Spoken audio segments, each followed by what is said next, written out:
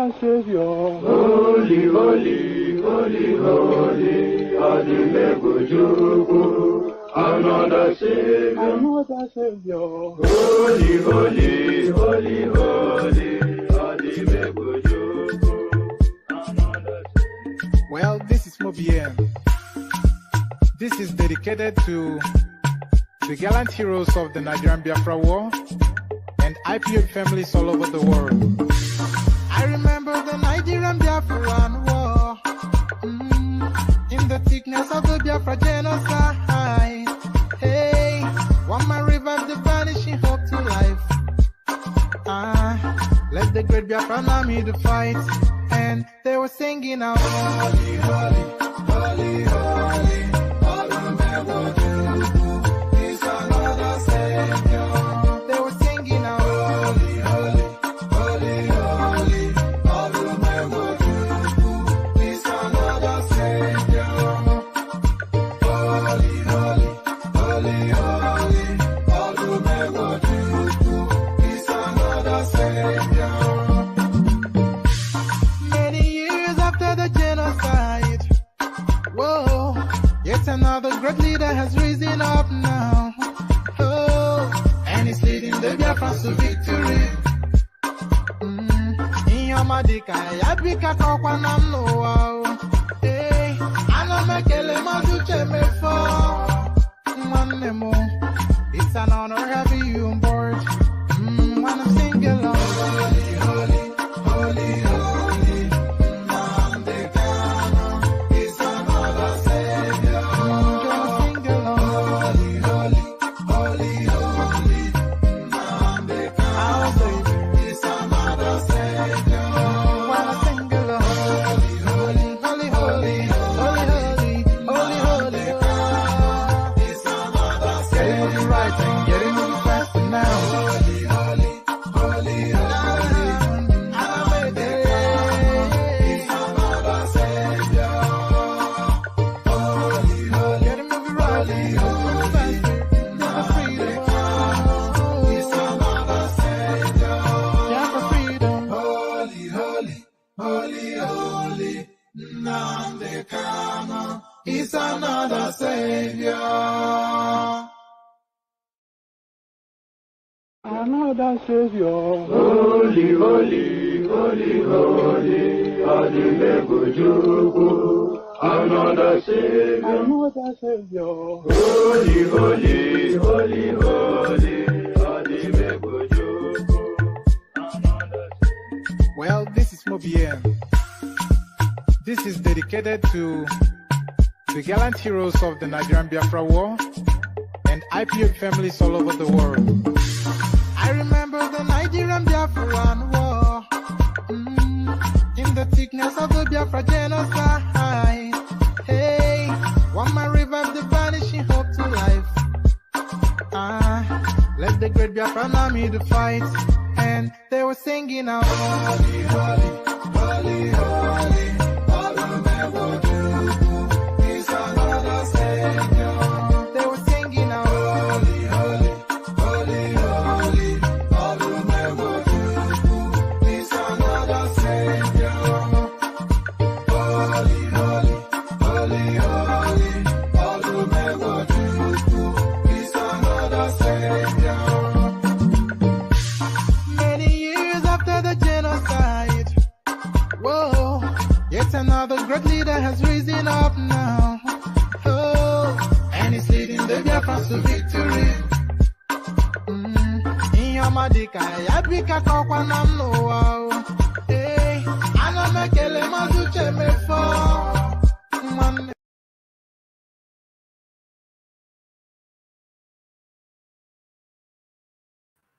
And there it is. I was saying, and there it is, and there it is, not knowing I was not on the screens. But here I am now on the screen.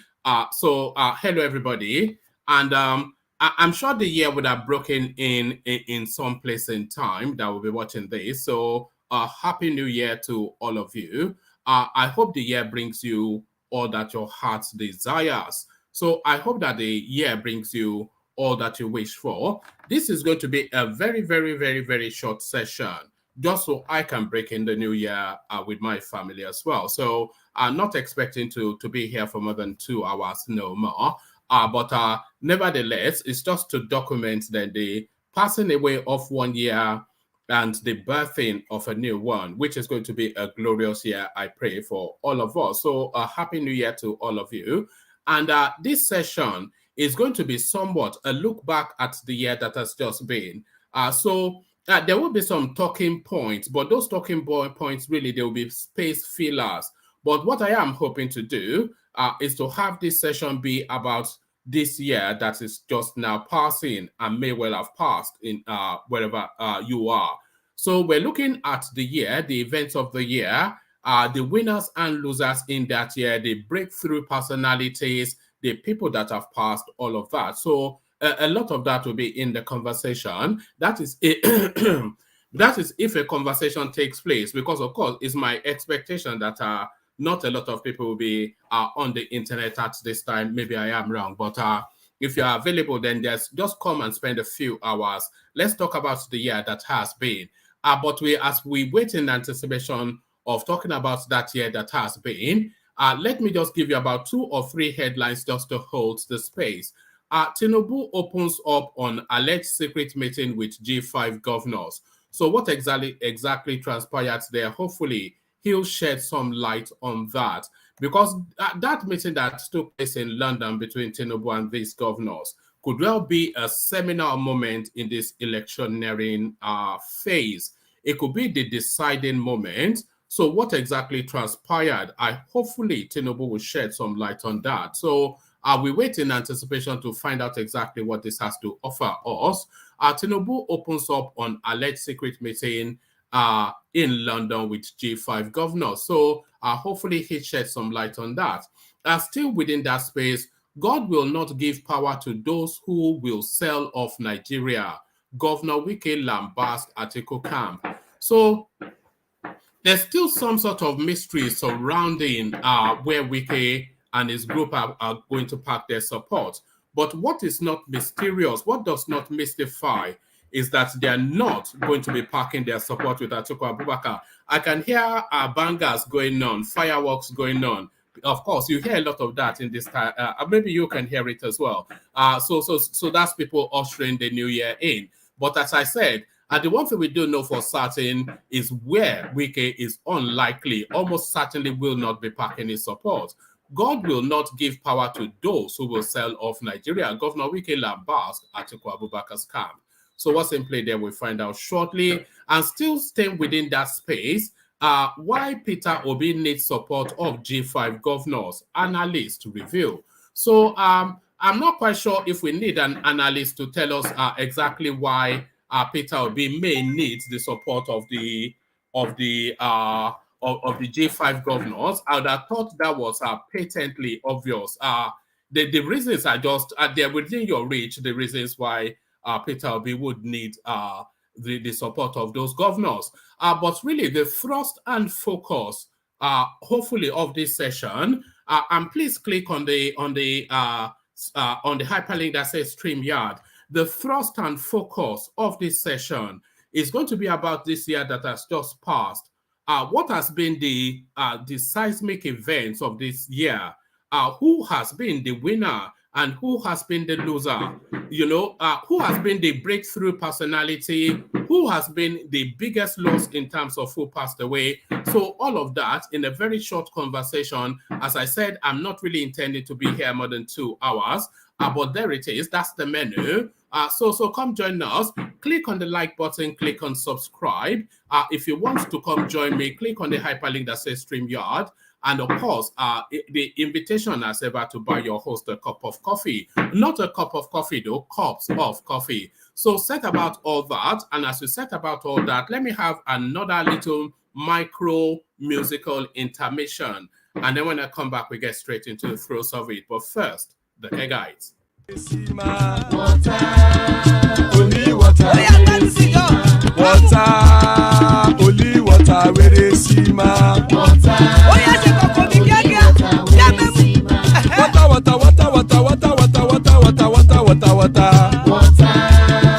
only water, where they see ma.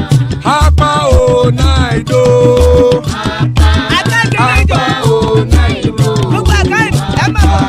Hapa you don come o.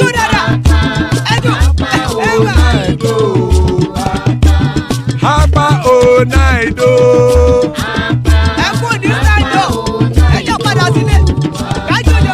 Oro kẹ̀kẹ́ ẹlẹ́mùrè o. Ilé sọ́díyà kẹ̀kẹ́ ẹlẹ́mùrè o. Bobby master kẹ̀kẹ́ ẹlẹ́mùrè o. Chifu Wike ti kẹ̀kẹ́ ẹlẹ́mùrè o. Eruku lẹ̀lẹ̀ ẹlẹ́mùdé. Eruku lẹ̀lẹ̀ ẹgbẹ́ ẹlẹ́mùdóde ojàre o. Eruku lẹ̀lẹ̀ Ghana ti dé ẹgbẹ́ bọ́dì o. Ọmọ ẹlẹ́yẹ ẹyẹ o ó dilé o. Odúyẹ̀lá ẹyẹ o ó dilé o. Petrosonama ẹyẹ o ó dilé o. Petrosodúnkẹ́ ẹyẹ rẹ̀ ó dilé o. Ẹlẹ́kọ̀ ọ̀run mú ìní o.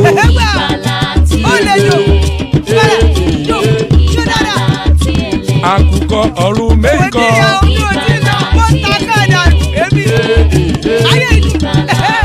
Ikú kò ní ríwà gbéṣe o.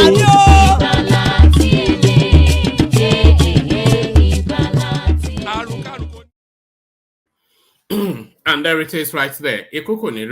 May death have nothing to do with us. So that's the powerful prayer. And Alexander Gomez wishes you all a happy new year. He super chats to say that. Happy New Year, folks. Wishing everyone a fantastic year ahead. May the good Lord bless and protect you always. Respectfully. So that's Alexander Gomez. Just a stalwart of the platform, doing as he always does. So just good wishes for the new year to you guys from Alexander Gomez. So thank you, Alexander, and a good year to you too. May you have all your heart's desires. So that's a good year. So Alexander sets the tone. As guys, I bring you this. Tinubu opens up on alleged secret meeting with G5 governors. The presidential candidate of the All Progressive Congress APC, Bola Tinubu, has reacted to trending reports of a secret London meeting between himself and the aggrieved governors of the People's Democratic Party, PDP, popularly referred to as the G5 governors. It will be recalled that several sources claimed Tinubu met with the G5 governors and they gave him conditions to support his 2023 presidential bid. The governors, Yemsin Wike, Makinde, Akpazu, Otom, and Egwayu, had, according to reports, demanded some political concessions in exchange for them endorsing Tinubu's ambition. However, upon return from London on Friday, Governor Wike denied endorsing Tinubu and any other presidential candidate, saying they won't do anything in secret, and that when the time is right for Nigerians to know their preferred candidate, they will reveal him. Yes, Tinubu was in London. Reacting to the saga in a statement on Saturday, the media aide to Tinubu, Tunde Rahman, confirmed that the APC candidate was in London, as speculated, but denied any meeting between him and the 5 governors. Rahman said Tinubu arrived in London on December the 26th, spent a few days there before proceeding to Saudi Arabia for Lesser Hajj. So I'm not quite sure how often Tinubu goes to Saudi Arabia to perform Hajj. But this is a political Hajj, is what I'm trying to infer. So forget anything. It is a political Hajj that he has gone on. So he has gone there, of course, to signal to the Muslim North that I am an adherent. So that's essentially what that is all about. All right. Where was I? Yes. Let me take that paragraph again. Rahman said Tinubu arrived London on December the 26th, spent a few days there before proceeding to Saudi Arabia for Lesser Hajj. He said some persons were behind the rumors of a secret meeting and did it in bad faith. to advance their selfish political ambitions. The media aide added that Tinubu is, however, free to hold meetings with individuals or groups as part of efforts to deliver renewed hope to Nigerians, the statement said. As usual with him, when a year is coming to an end, to take time off his busy schedule, take a little rest and proceed to Saudi Arabia to observe the Umrah, Lesser Hajj. His Excellency Ashwaju Bola Tinubu was in London during the week en route Mecca, Saudi Arabia.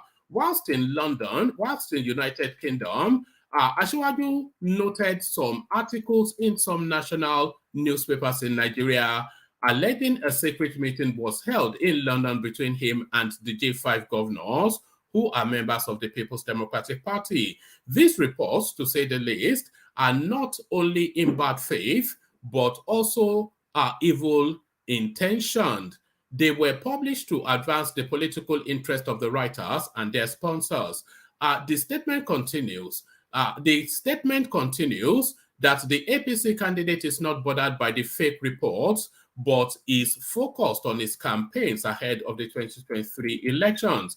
The presidential standard bearer of the All Progressive Congress, His Excellency Ashwaju Tinubu, is neither bothered by these articles nor their sponsors, who are well known. He is resolutely focused on his campaign objectives, which are geared towards achieving victory in the upcoming presidential election in order to deliver the APC's action plan aimed at giving renewed hope to our people in all facets of their lives. He stressed that, but we must point out that the APC candidate is entitled to meeting any political actor or stakeholder that is important to his campaign and plans for the country, and that desires to engage with him. Rahman, in a statement, added that the APC candidate is expected in the country within the next 2 days to continue the campaign. We would like to use this opportunity to advise those writing unsubstantiated articles and peddling rumors on him to desist forthwith. So there it is, desist forthwith. So what are we able to glean from that? What are we unpacking from there? What we are able to glean is that Tinubu was indeed in London. Tinubu was indeed in London, so that we are able to establish. And we are also able to establish that the so-called G5 governors, they made that journey to London at the same time. So now we can, of course, not discount the coincidence of it. It may well just be a coincidence that the G5 governors were in London just at the same time that Tinubu happened to be there. But there is no such thing as coincidences, by the way. So a meeting this take place, I think we are safe enough. So yes, I think we're so somebody is greeting Alexander Gomez. Yeah, that's what made me pause. So he says this is fast is too slow. He says Alexander Holmes and me Ashopolopodun. So it was the Holmes that threw me. It put me in mind of what they call Alexander on a Niger word, Alexander Gomes. I'm not quite sure how Gomez is a struggle, but Alexander Gomes. So I thought maybe that was a parody of that space. But no, back to the politics of it. There is no such thing as coincidences. We do know that. And we also know that Tinubu was in London at that time. The flight to Saudi Arabia, by the way, the flight to Saudi Arabia from Nigeria is a direct flight. It's not routed through any country. So he did not need to go via London to get to Saudi Arabia. He did not need to do that. So he went to London for a purpose. And then, of course, the G5 governors, they were in London for a purpose. But were they there, both there for the same purpose? I think we can put those two together, those two together, that one and one together to form two. So there it is. It is beyond equivocation now. So, but what does it mean? I am entitled to meet with anyone important to my campaign. APC candidate Tinubu reacts to parley with our PDP governors. So I think that is already captured in what we just read out. So we leave that there. So on to the next one. God will not give power to those. And by the way, there's no one in the room yet. So we've only got 3 articles to read. So if no one turns up, then of course we'll just end the session there. So if you do want it to carry on, then click on the hyperlink and then it will carry on. Just 2 more articles to read to you. But I'm hopeful that the conversation will wrap around the year. I'm hopeful that the conversation will wrap around the year. God will not give power to those who will sell off Nigeria. This is Wike.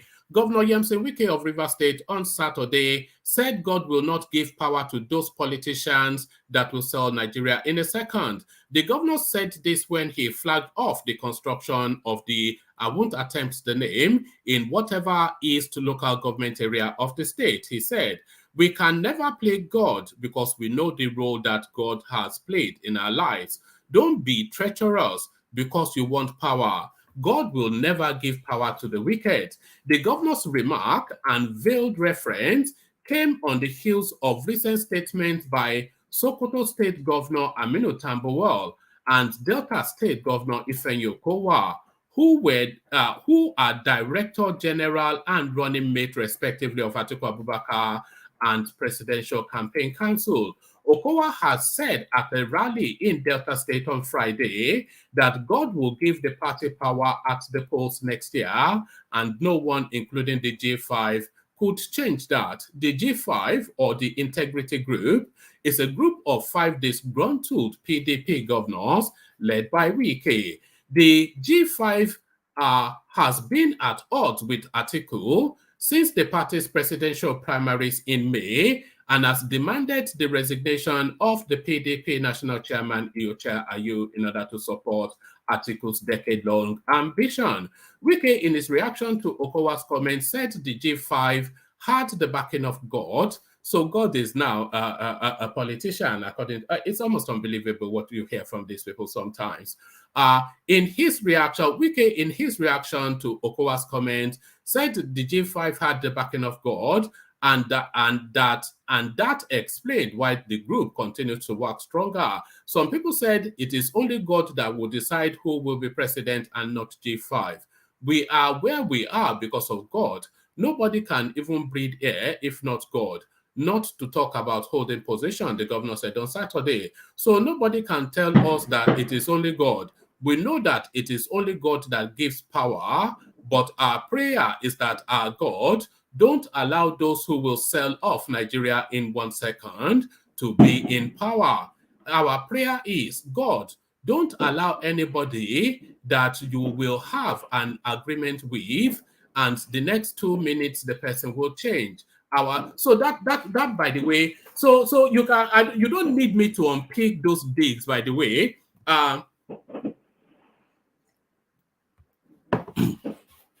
Don't allow God to give power to somebody that will sell Nigeria off in 1 second. We all, of course, know that Atiku Abubakar has already promised the sale of Nigeria to his Arab friends, and they're only now waiting for him to take the reins of power so that they can just sign over the check to take ownership of Nigeria. So we know Nigeria for sale is Atiku's plan. And when he talks about treachery, we know who that is pointed at. God don't allow anybody that you will have an agreement with and the next 2 minutes the person will change. Of course, Tambuwal, you will all know where that is pointed at. So this is it now, street fighting now in Nigerian politics, at the upper echelons of Nigerian politics. Our prayer is, God don't allow those who will betray their brother when they have agreed with their brother to do something. God, may you never allow such persons, and that is why God is still making G5 stronger. Wike said, though those in Atiku's camp desired a division to cause the split of the G5, but it had never worked. So that is one of the things that surprises them most. that is one of the things that surprises the most within that G5 space. So what surprises the most is that they have held strong and held together for this long. Because they have varying and pecuniary interests particular to them individuals. Individually, they have varying and pecuniary interest particular to them individually. We all know the leanings of a Tom. He's very much of the liking of that obedient tonality. We know that Seyi Makinde is a dyed-in-the-wool Yoruba man that wants a Yoruba presidency. We know that Wike's main mission is to ensure that Atiku does not get that presidency, but we're not quite sure why Akpazio and Gwanyi are with them. So I'm not quite sure what their stake is, and we don't hear their voice enough. But you have standalone individualistic interest within the composition of that G5, and you speculate how they have held together for this long. So the expectation was for one of them to have crossed over back into the main party. That was the expectation. So that was the expectation. So where was I? Yes, our prayer is God don't allow those who will betray their brother when they have agreed with their brother to do something. God, may you never allow such persons, and that is why God is still making G5 to be stronger. Wike said though those in Atiku's camp desired a division to cause a split in the G5, it has never happened. The governor also said statements like the one credited to Tambuwal infuriated him. Somebody said they will handle us when we decide. These are the things that annoy us. So it's just sometimes you wonder if these people understand anything about tact and diplomacy. As somebody that is already gunning for you and pained by your action, you are telling him you will handle him again. So when Tambuwal says that it will handle Wike if he makes the wrong decision, what sort of response was he anticipating that Wike would have? Would that then make him put his tails between his legs and come scoring back to say, I'm sorry? It's just prodding at him, isn't it? And of course, that solidifies even more the defiance of that space. Tambuwal, who also served as the Director General of the Atiku Okowa Presidential Campaign Organization, had stated on Friday that the PDP would confront the G5 when the group announced its brief. Hold on, pardon me. Hello, Folly. My brother. Alpha. Mon stream lower new. Good evening, sir. Yeah, Mon stream lower new. Happy New Year. I'm on the air. Folly. Oh, all right. All right. So sorry, that was Folly. He just called me now. Let me just text him to let him know that I'm on air. Pardon me. I'm on air. All right. All right. So sorry about that. So yes, prodding at Wike never really an excellent idea under most circumstances, certainly not under these circumstances. So now, this now the last readout. Hopefully there's people in the room. Otherwise, we say Merry Christmas and then we leave it there. Let's have this last readout. It's still wrapped around that Wike space, by the way. Oh, goodness me. Hello, Folly. Folly. Hello, Gumi. Yeah, how far? Happy New Year. Yes, sir. Most stream low on you. All right. All right. I think I've sent to you, right? All right, brilliant. Is that confirmed? So it's confirmed. Oh, fantastic. That's brilliant. That's well done. Well done. All right, fantastic. I'll call you afterward. I'll call you in the new year because by the time I'm done, you'll be celebrating. But I'm happy, Lola. All right, cheers. Thanks a lot. You're a gentleman. Cheers. All right. So where was I? So I'm glad I took that call. It may well be the case that we get Showore on the 2nd of February. So that's what not February or January. So that's in 2 days' time. So that's what Foley has said, and so we hold to that space. So we may well get the man himself.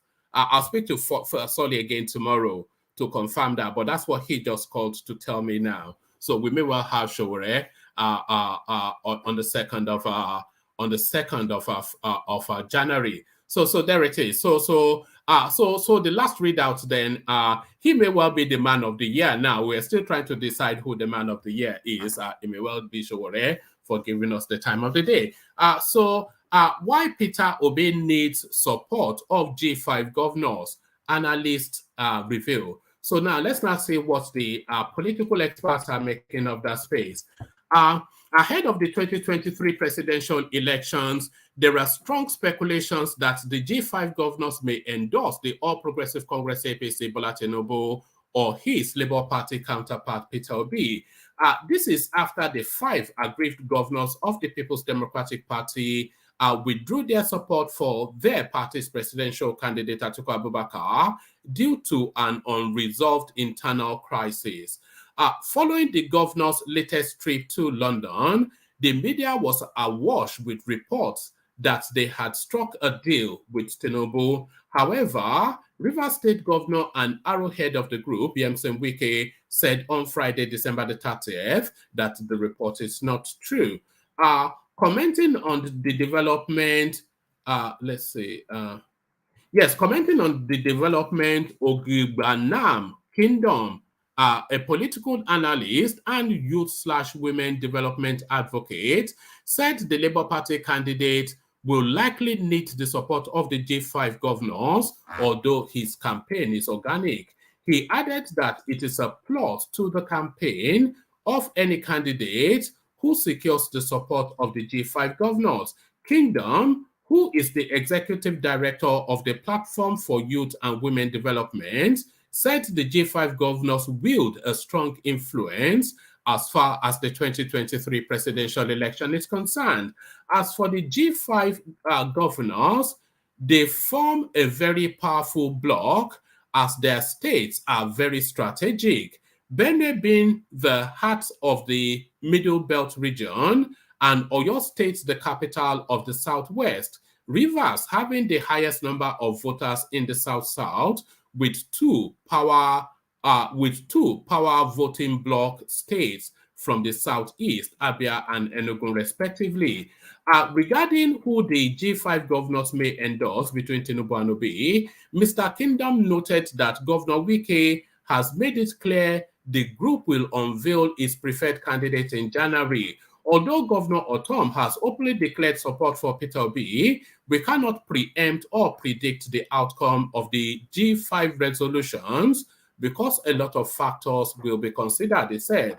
Such factors include structures, win ability, so that is the ability to win, equity, and government of national unity, the political analyst said. So I suppose, but before they make that decision as a group, they will set the criteria by which that decision is to be arrived at. They were not just going to say, give me a name, or they'll set criteria by which that decision is to be arrived at. And these are the criterion that that this analysis is suggesting. So these are the criterion that this analysis is suggesting, and it seems eminently sensible to me. So win ability, so that's win ability. So that is the ability to win. So with that I think is the foremost consideration that they will give to who they are going to part their support with. So they've already abandoned Atiku Abubakar, and they've already made the decision, including, by the way, Governor Tom, who arrowheads that particular narrative that power must transit to the south. So in the south now, you have two protagonists, Tinubu and Peter Obi. So the criteria that they are using, the criterion that they are using, so they started from the first one, win ability, the ability to win an election. So No, it is actually, let me give you, it says such factors would include structures. So let's start it from there. Who has structures amongst the two of them? We know that the APC, of course, has structures. They've severally, I think they've gone 2 cycles of national elections, which they have won. So they have established and tested structures that spans the entirety of the country. So, but does Peter Obi have structure? Well, they will tell you that the mass following that he has, which they tell us he has, is a structure on itself.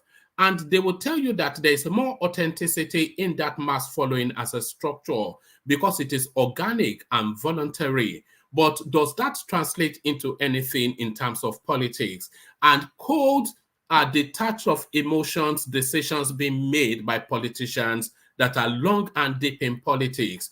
Do they give consideration to the prospects of this organic mass that the Obi spaces they have?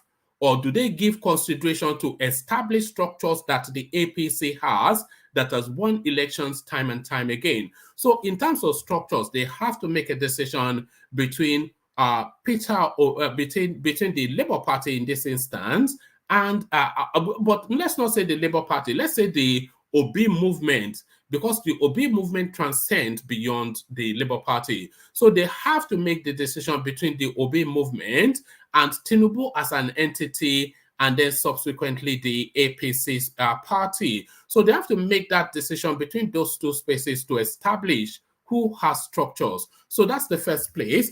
And then they went to the ability to win the election. So who would they are detached of all of the noise and hoo-ha in cold, calculating, detached of emotion, decision making? Who would people like Yemsin Wike, Seyi Makinde, etc., who would they feel has the capacity to win that election in February, on February the 25th? Who do they feel has the capacity? Is it Peter Obi and his organic movement that dominates the airwaves consistently for months and months? Is it that, or is it Tinubu, an experienced, wily, very savvy politician that straddles the ticket of the top 2 biggest parties in the country and also the party of the incumbent government? So which of those 2 spaces are they going to give consideration to that has the capacity to win that election? So that's 2. So they give consideration to structures, and we set the parameters for them to arrive at a decision.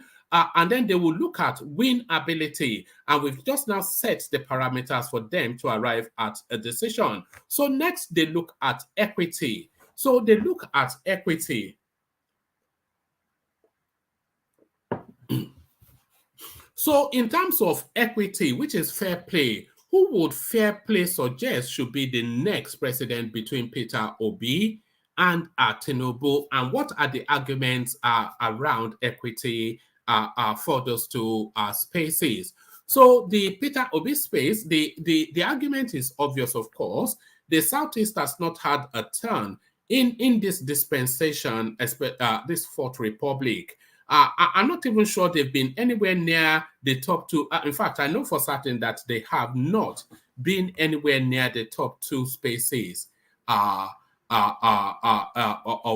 power in Nigeria under this 4th Republic that we're under. So they've not been anywhere near power all the way through for going on 30 years now. So they've not been anywhere near power, and they've not really been anywhere near power really in the history of Nigeria, we have to say that. So does equity demand then that if we're going to say that we're in an equitable country of equals, with citizens having the right and capacity and ability to aspire to and attain all that the country has to offer, if we're saying that that is the country that we live in, then does equity then demand that power should go to a space that has not experienced it before, that has not wielded that power before? So there's an argument to suggest that, but what argument is there in terms of equity for the power to go to Tinubu? So now the the equity argument for the power to go to Tinubu is not so much a tribal nation and ethnic nation argument, but an individualistic argument. So Tinubu has been orchestrating and plotting towards that Aso Rock seat since 1999. He has maneuvered, he has schemed, he has favored and he has disfavored, he has moved and he has dumped, he has done everything possible to the point that he, in terms of wanting to fulfill this ambition, he used Buhari to force Goodluck because he couldn't join the PDP, so he needed a different vehicle to get to that Aso Rock seat. So he then formed this mass organization called the APC, and then he picked the star boy from the north and used him as a bullhorn to force the man from the creeks out of the Aso Rock seat. To then, and then once he forced the man from the creeks in Aso Rock seat, even the categorical disaster that the man from the north has been, Tinubu has still managed to hold him in position. Tinubu ran both campaigns that won this guy the victory in 2015 and reaffirmed him again in 2019. Those two spaces, Tinubu stumped it. So is that in itself sufficient enough? Whether that's a good thing or a bad thing is a different argument. But in terms of that individual effort to achieve the ambition, is it equitable then that Tinubu has done enough in terms of equity to be the president of Nigeria? So there's an argument there. It may be more of a controversial argument than the power going to the southeast, which has never held it before, but there's certainly an argument to suggest that Tinubu has done sufficient in terms of individual effort to be somewhat deserving, some people might argue, of that post. So now we've gone structure, winnability, equity, and government of national unity. So government of national unity is the last criteria that this political analyst is putting forward. So I'm not quite sure what government of national unity means, but government of national unity. So what narrative wraps around national unity in Nigeria? There's only really two narratives that wraps around national unity in Nigeria, and that is, of course, tribe first and then religion second. So it's a tribe and religion narrative that usually wraps around that space. So in terms of government of national unity, which of those two spaces are most likely, both as they stand now as campaign vehicles, which then would transmute into governance, reflect a more nationalistic phase?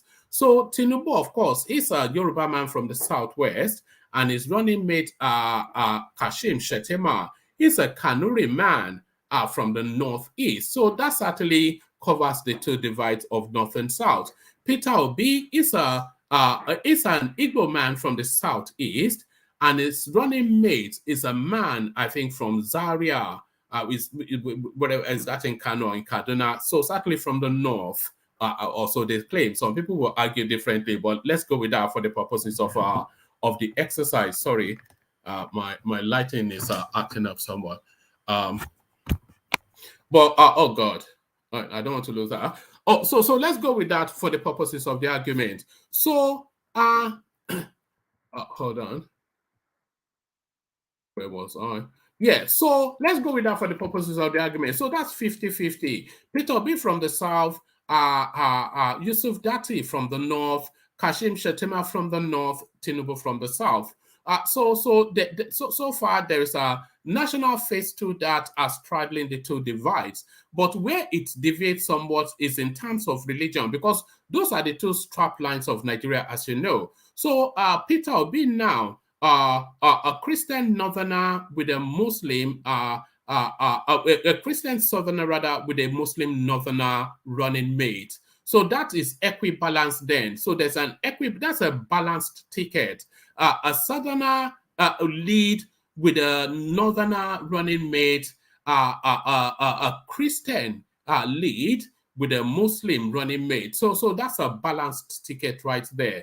But with Tinubu, a southerner lead with a northerner running mate, but crucially, a southerner Muslim with a northerner running mate. So does that reflect then national unity? You may query that. So those are the criteria by which that decision will be arrived at. But then, of course, you have to add politics into that as well, because that's somewhat a puritanical list. But then that decision ultimately will be reached by politics. Such factors include structures, win ability, equity, and government of national unity, the political analyst said. Mr. Kingdom further said the decision of the aggrieved PDP governors not to endorse article is a welcome idea, his words. It is welcoming in the sense that Nigeria being a diverse and multicultural society, to maintain peace and stability must continue to respect zoning and its conventions in rotational presidency between the North and South. These issues cannot be ignored and must be strictly respected by both regions to ensure the continuity of this marriage between the Northern Nigeria and Southern Nigeria as adopted during the Asaba Declaration. In another report, Akin Ochitokun, the newly appointed Director General of the Presidential Campaign Council of the Labour Party, said former President Olusegun Obasanjo is fully in support of Peter Obi. So we've done that already, but quite an interesting breakdown from that analyst.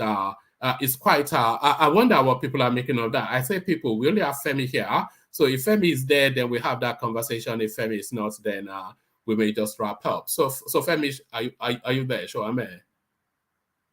Femi?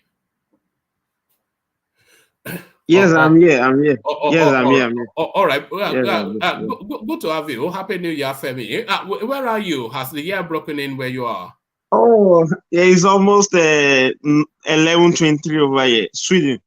Sweden. Yeah. I'm from Sweden. What language do you speak there?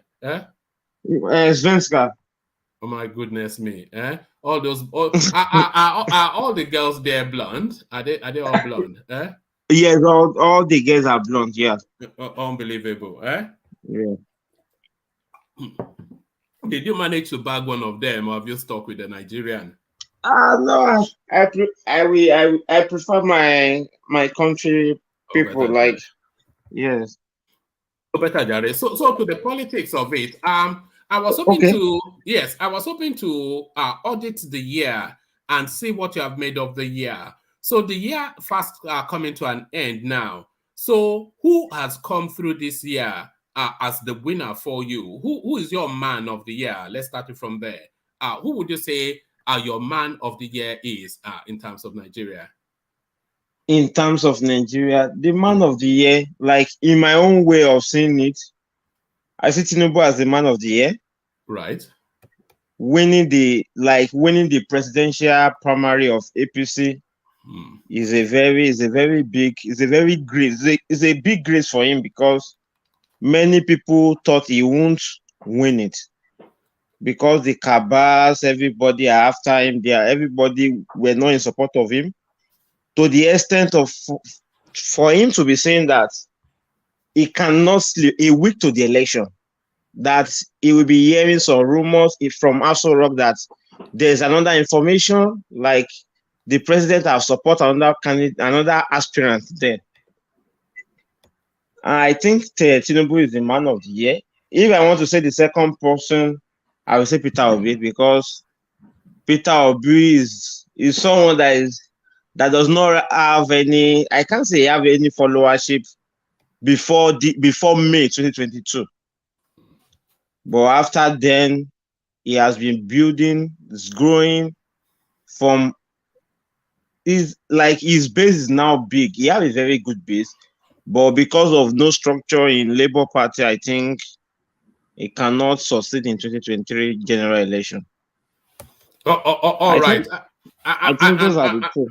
Those are the two. And somebody like Wike, does he get a shout as well? Does he get an honorable mention? I think Wike is just we should just call it the comedian, the greatest comedian in politics for 2022.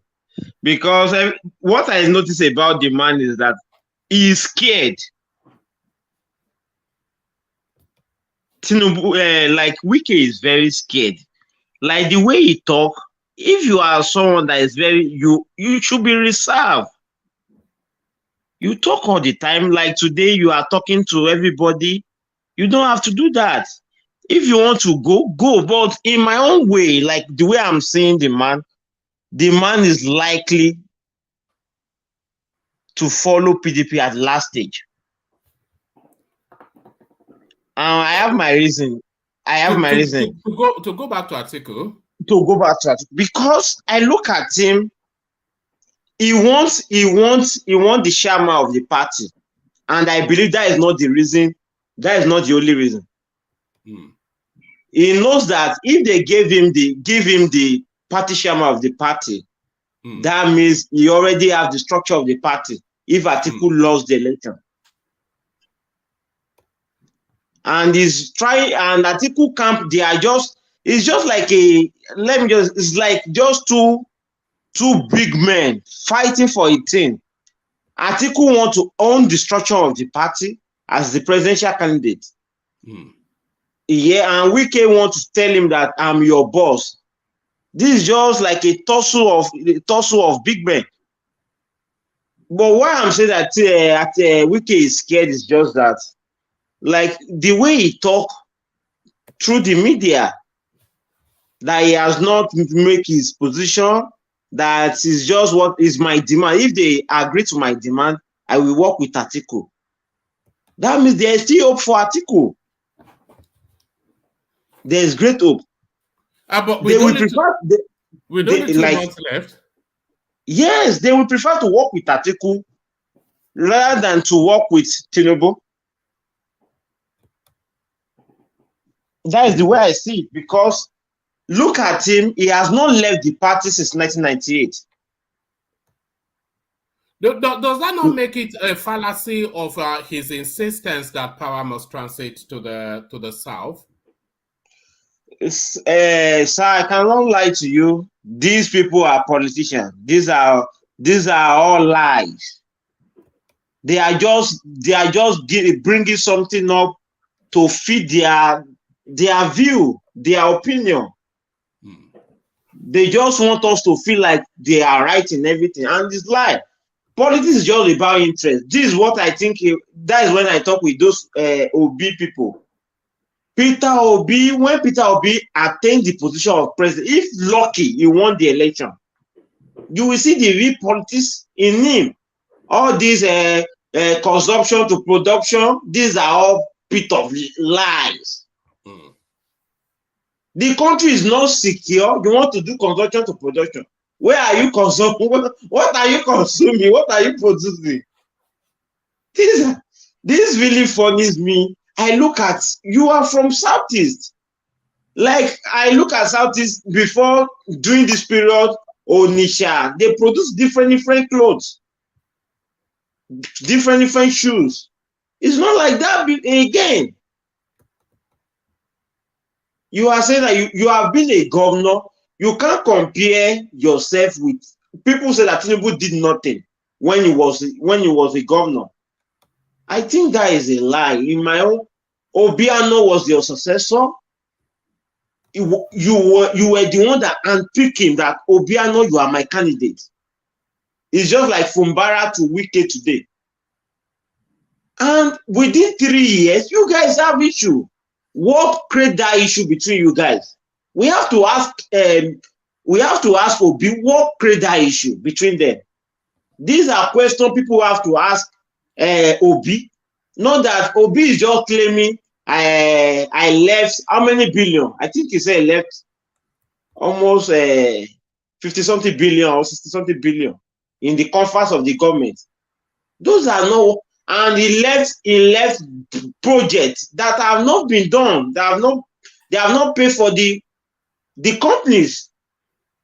It's just like this man, this Osun State governor. Osun State governor, I mean the Ademola Adeke, the president, and the predecessor, Oyetola, said that he left 14 billion to the coffer of the government, and you are owing people salary of 11 months, 9 months. How much is 40 billion? Why don't you use that money to pay them before leaving the office? These people are just trying to make us see them as good person and like good people. They are not politician. Will always be politician. This is what why I'm saying all this is just because telling people following where Obi is not an angel. If you want, like the man you say you want to come on 2nd of January, those are the candidates people supposed to be rooting. They should be supporting. I voted for him in 2019. Oh, we've lost our Femi. I don't know why, but thankfully we have Obina. So, Obina, are you there? Obina, on mute. Yes, one man, I'm here. All right. Happy New Year. Happy New Year. You are in the UK as well, aren't you? Okay. How are you doing, man? I'm good. So we have Femi back. Okay. He was still talking, though. He didn't even know he dropped out. Yes, sorry, please. I voted for Shore 2019.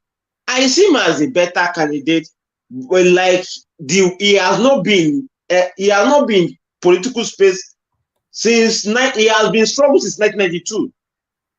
Like what he said to us, that is what he said. And there's snappy picture with the late Abiola. And these are people we should be supporting as youth, not Peter Obi.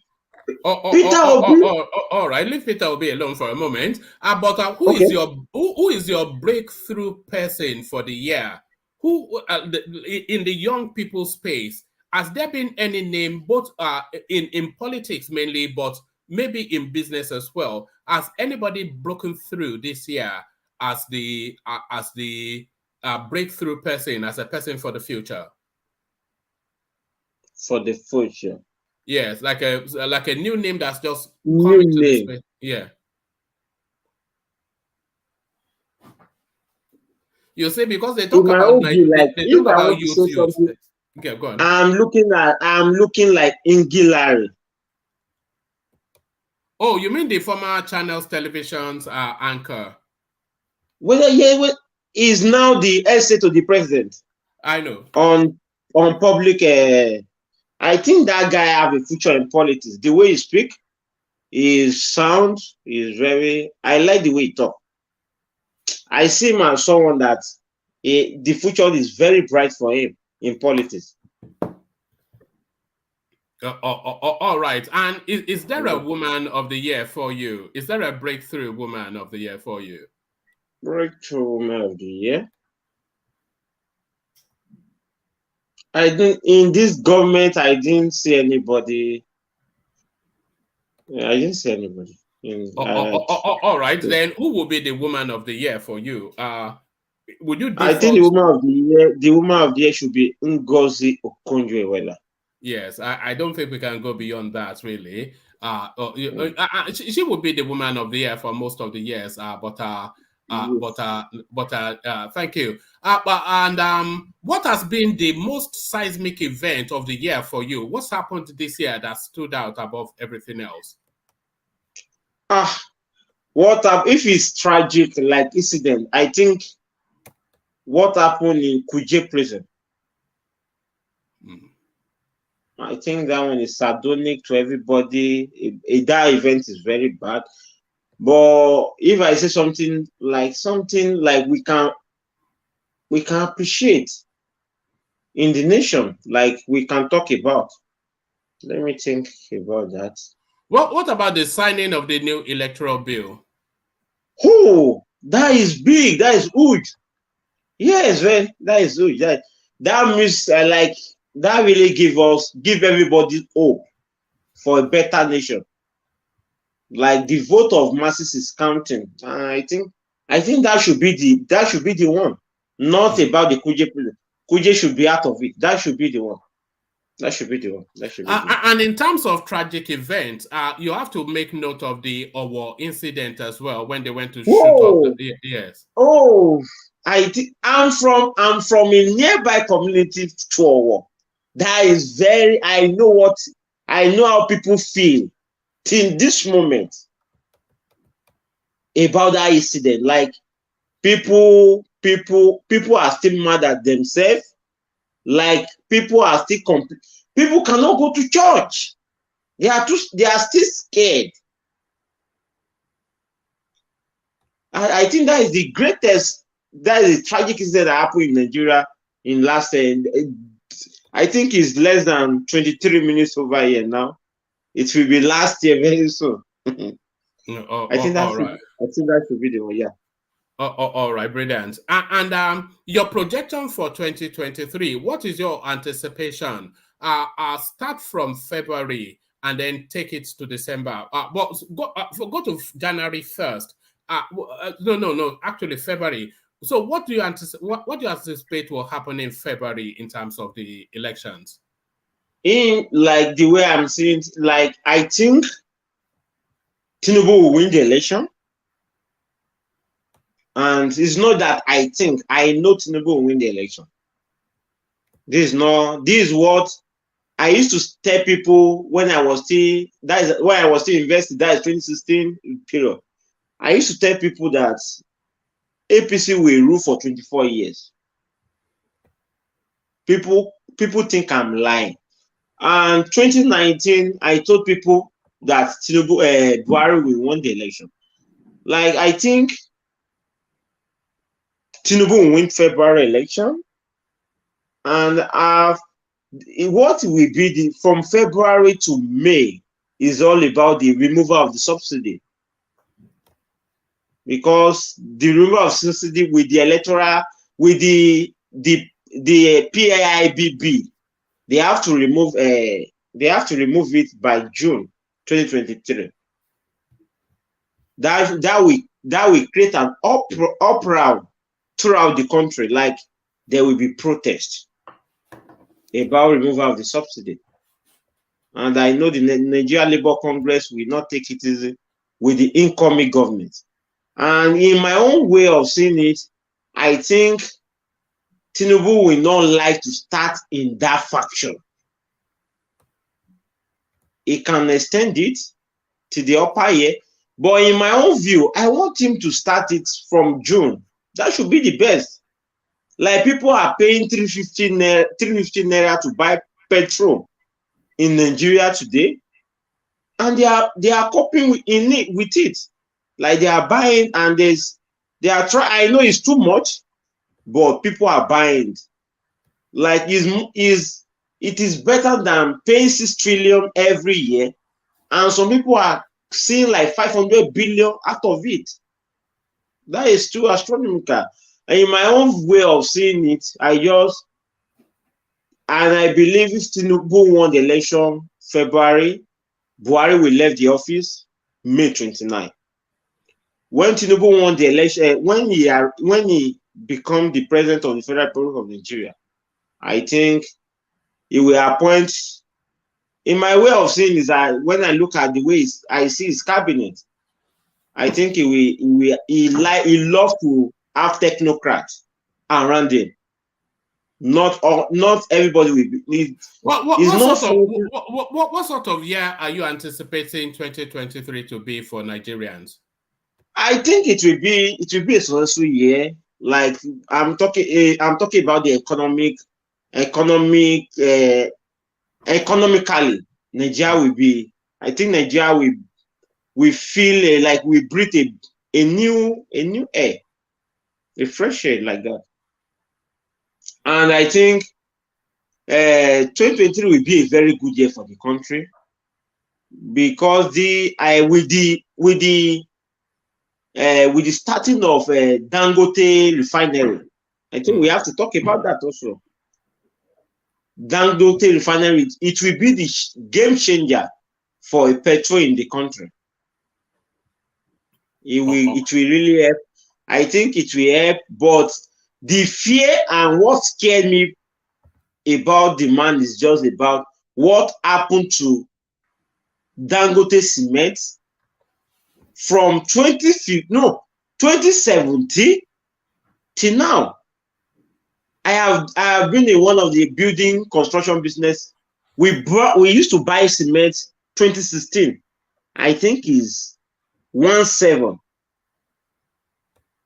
Today, cement is 4,000 plus.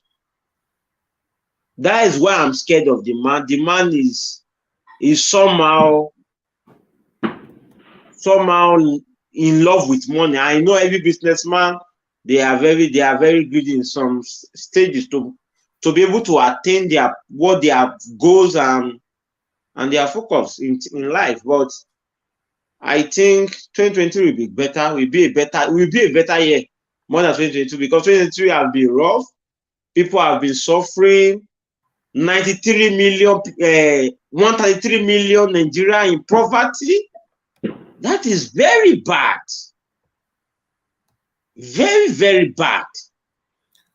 Out of 200 million, 133 million in poverty. That is bad. And people telling me that, like, I want to say something. Can I continue? Yeah, carry on. Like, people say that they have over 21 million Nigeria out of school. I didn't believe that. This is what I want to ask people. Who are these people doing this survey? Where are they? How did they get these figures? And we should try to remember that many schools in Nigeria, they are unregistered. This figure 21, because when I look at my community, my street, I look at almost everybody. I think a lot of those numbers will be made up in the north. It'll be a lot of the north, because if you go to the north, you barely see a child in school, and have a lot of people that have served in the north in teaching capacities. They tell us that they actually go to their homes almost on a daily basis to persuade our parents to let their children come to school. You know, they'll rather have them in the farms or on the street panning for money, you know, that kind of stuff. Yes. So a lot of those out of school children, a lot of them, but by the way, River State has a lot of illiteracy as well, which surprises. Or is it Cross River? But we went through the data some time ago. But before I go on to Obina, and I still want to hear more from you, but not to keep Obina waiting for too long. What do you think the abiding memory of the Buhari administration will be? How will Buhari be remembered, Femi? I love this question. Like, I think people. I think Buhari. Like the name Boo Boo is. I think people will remember him for him passing the electoral law. He will be remembered about. It's like Yar'Adua passed 2010 electoral law. I think people will remember him for that. The rejuvenating of our railway, people remember him for that. And like the way he revived it, people remember him. Like when I look at his government, transportation, he did very well. Infrastructure, he did very well. But education, the last part of his tenure, he did poorly due to the ASU strike. I would have said that he tried in the education sector. Petroleum, nah, not at all. Very poor.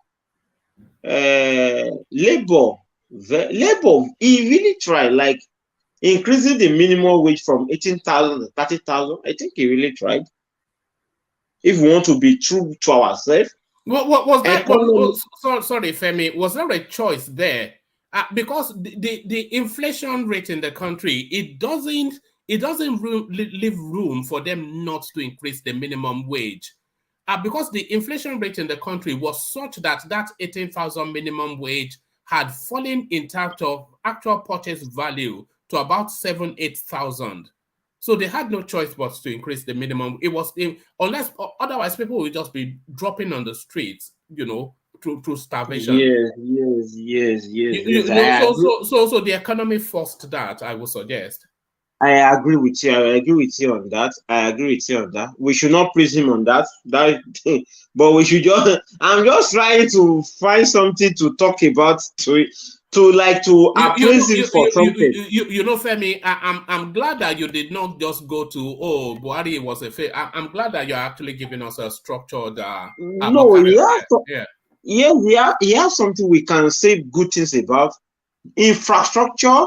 Let us talk about the Niger Bridge. That is a very great achievement for him. For life, it will be a great achievement for him. People cannot take it from him. Railway from Lagos to Ibadan, like working very fine. I think he did like 4 or 5 throughout his 8 years, and he did very well in that. We should talk about. Let us go to the health sector.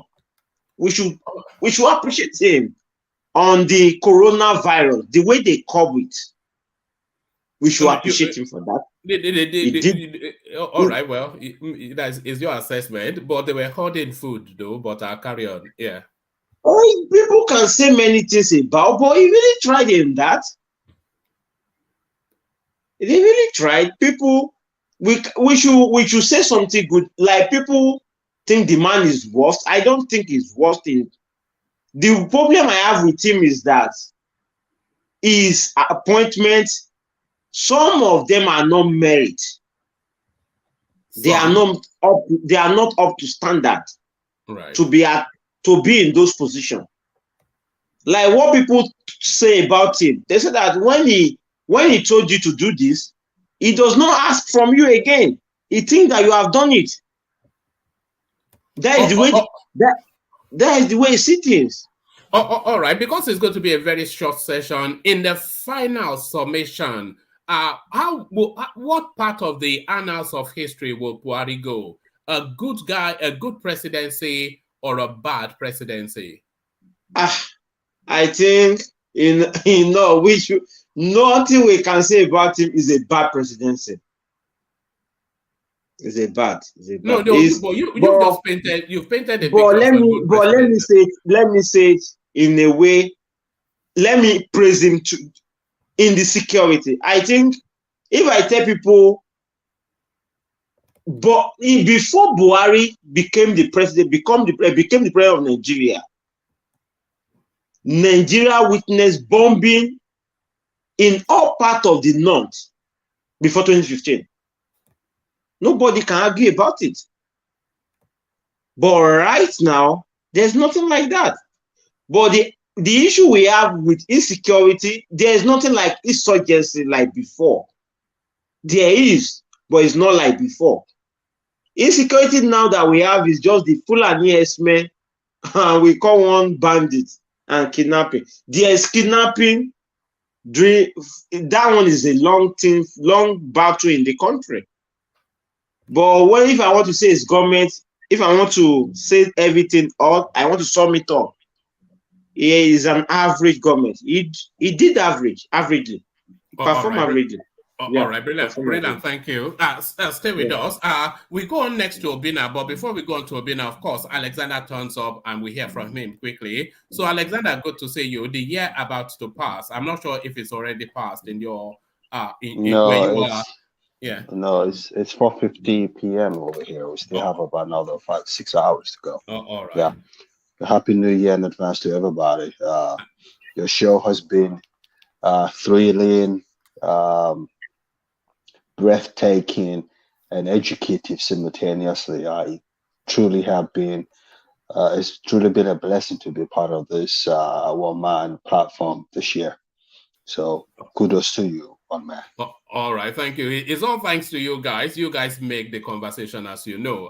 If I was just here, then I always talk nonsense, but I hide behind your cleverness. Yeah, I think you've just been modest. You've been a wonderful presenter of the show. Sometimes you come across a little bit obnoxious, but you know the game you're playing. You've been English. I understand all that. So it's been a thrilling ride for the year, and I appreciate that. Thank you. All right, let's audit the year fairly quickly. Yeah. Your man of the year. So just give us the Without name. a without a shadow of a doubt, Peter Obi. Peter He has Obi. become Right. he's become a political juggernaut. He's done an amazing job in 3 months to shake up the polity of the country. Nobody can take it away from him. That doesn't mean that he's going to be the president of Nigeria, but he has he's scared a lot of big wigs in the country. So I would give it to Peter Obi. Yeah. All right, brilliant. And your event of the year, you can have two in that space. What event shook the Nigerian space, either positively or negatively this year? Negatively, the flood in the south north central of Nigeria. That was heartbreaking. I for the country that's supposed to be the most powerful black country in the world, I don't think we're doing well in that regard. I think something needs to be done to that very fast because a whole community was wiped out in Bayelsa State. In 2022, we shouldn't be seeing that kind of thing in the biggest economy in Africa.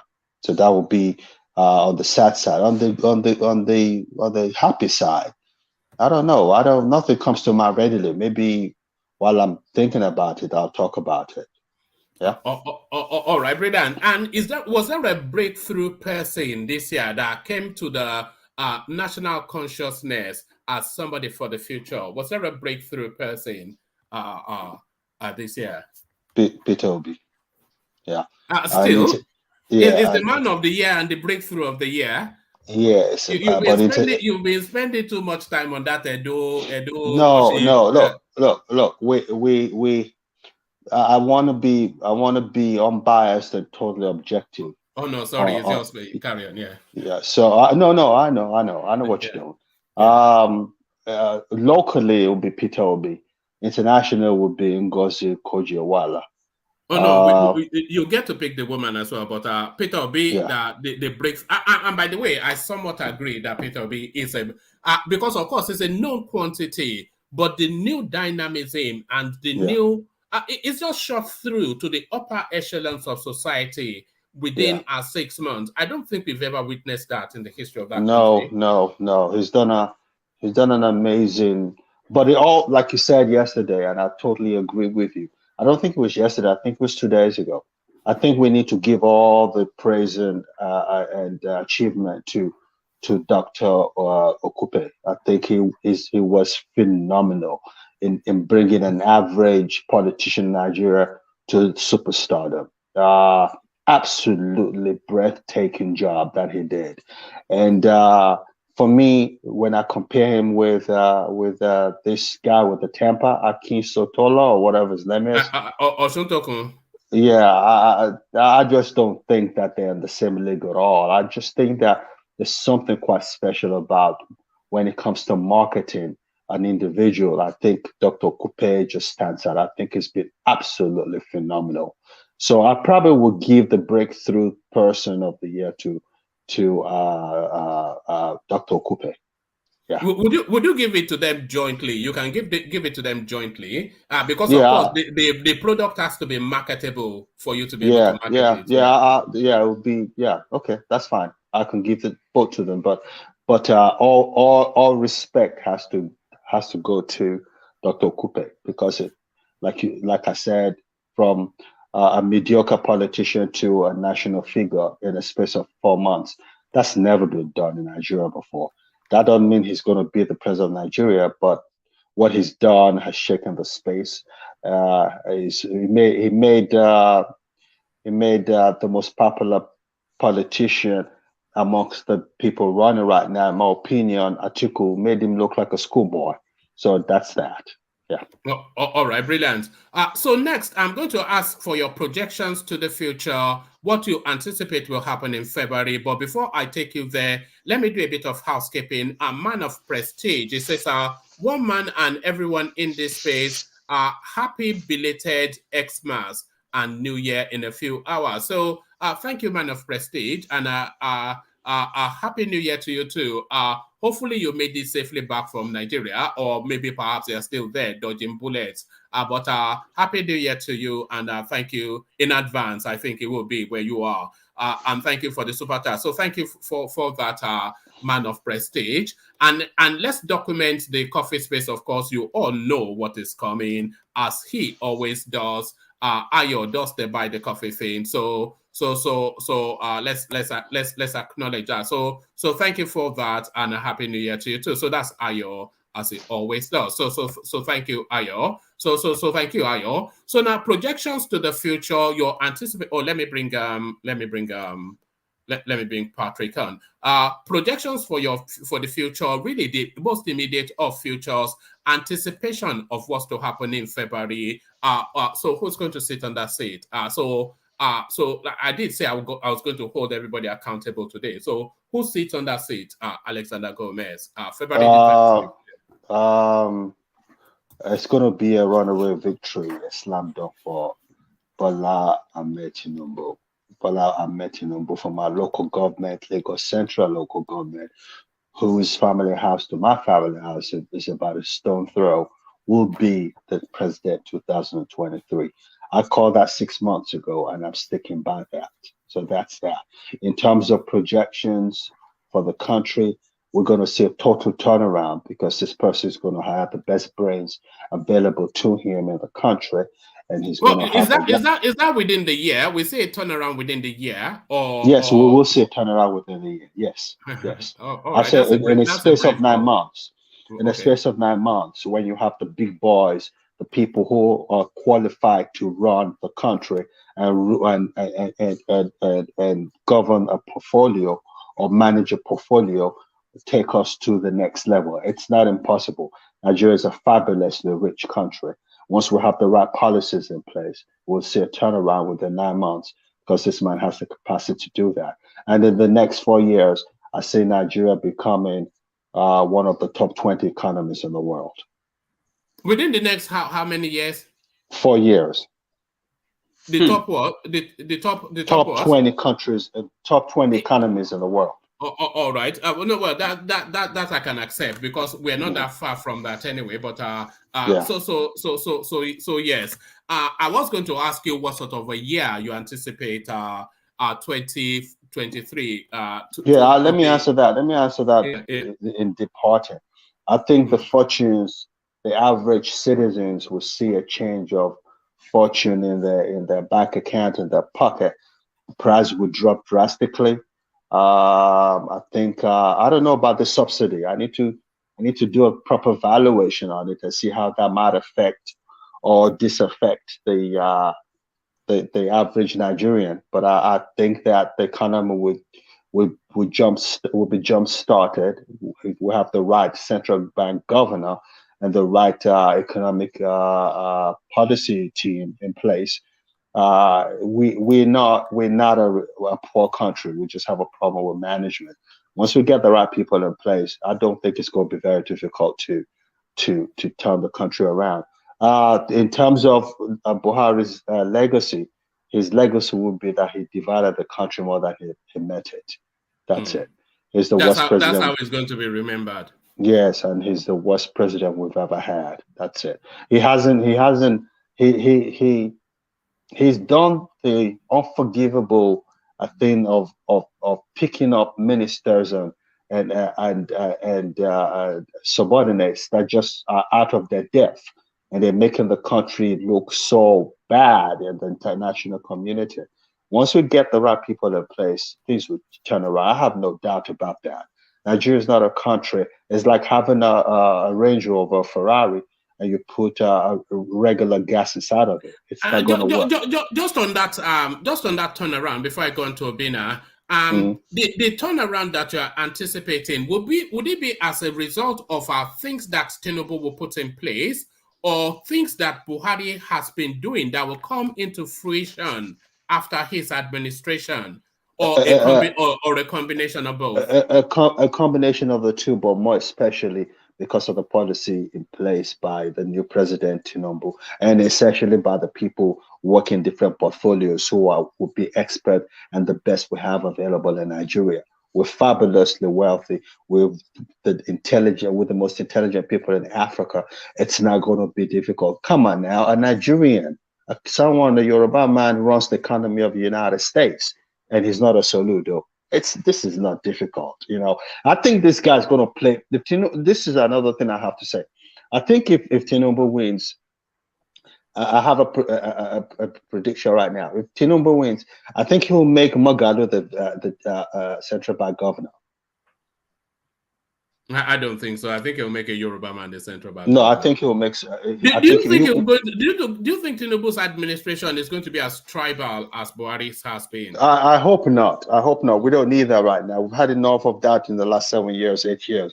We don't need no tribal shenanigan. Let the best person rule over the space. We know. Let his new cabinet represent the true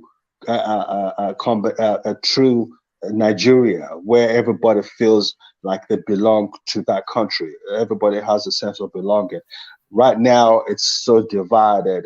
Fulani people are all over, from all the big positions in Nigeria ruled by Fulanis. That would end come Tinubu's reign. And let the people, if I don't care what the person is, if the person's the best brain for that position and he has the capacity, he's known to do that. So that is what I'm expecting. And I think, and I'm saying, and I'm predicting that Moghalu will be, because I think he's the most qualified for that position, actually.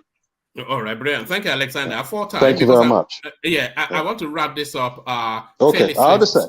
Yeah, I want Happy New Year to everybody. Happy New Year to you. And thank you for the year, Alexander. We'll do it again in just 24 hours time. So thank you. And Man of Prestige informs us that he has made it safely back to the United States. So he's escaped dodging bullets in Nigeria, only to go and do the same thing in America, because they shoot people over there, don't they? But thank you for the super chat, and I hope you enjoyed your time in Nigeria. And I was only joking, by the way, but hope you enjoyed your time in Nigeria, Man of Prestige. So thank you, Man of Prestige. As we go on to Obina, who joins us. So Obina really is a case of that was the year that was. So that was the year that was, but what year was it, Obina? So your Man of the Year, let's start it from the top. Who is your Man of the Year for this year that is wrapping up? Man of the Year, I mean, Peter B has the Man of the Year, to be frank, because you see the way he started, even when he left for Labour Party, I was like, this man should have just stayed, you know, he would have been the vice president to Atiku.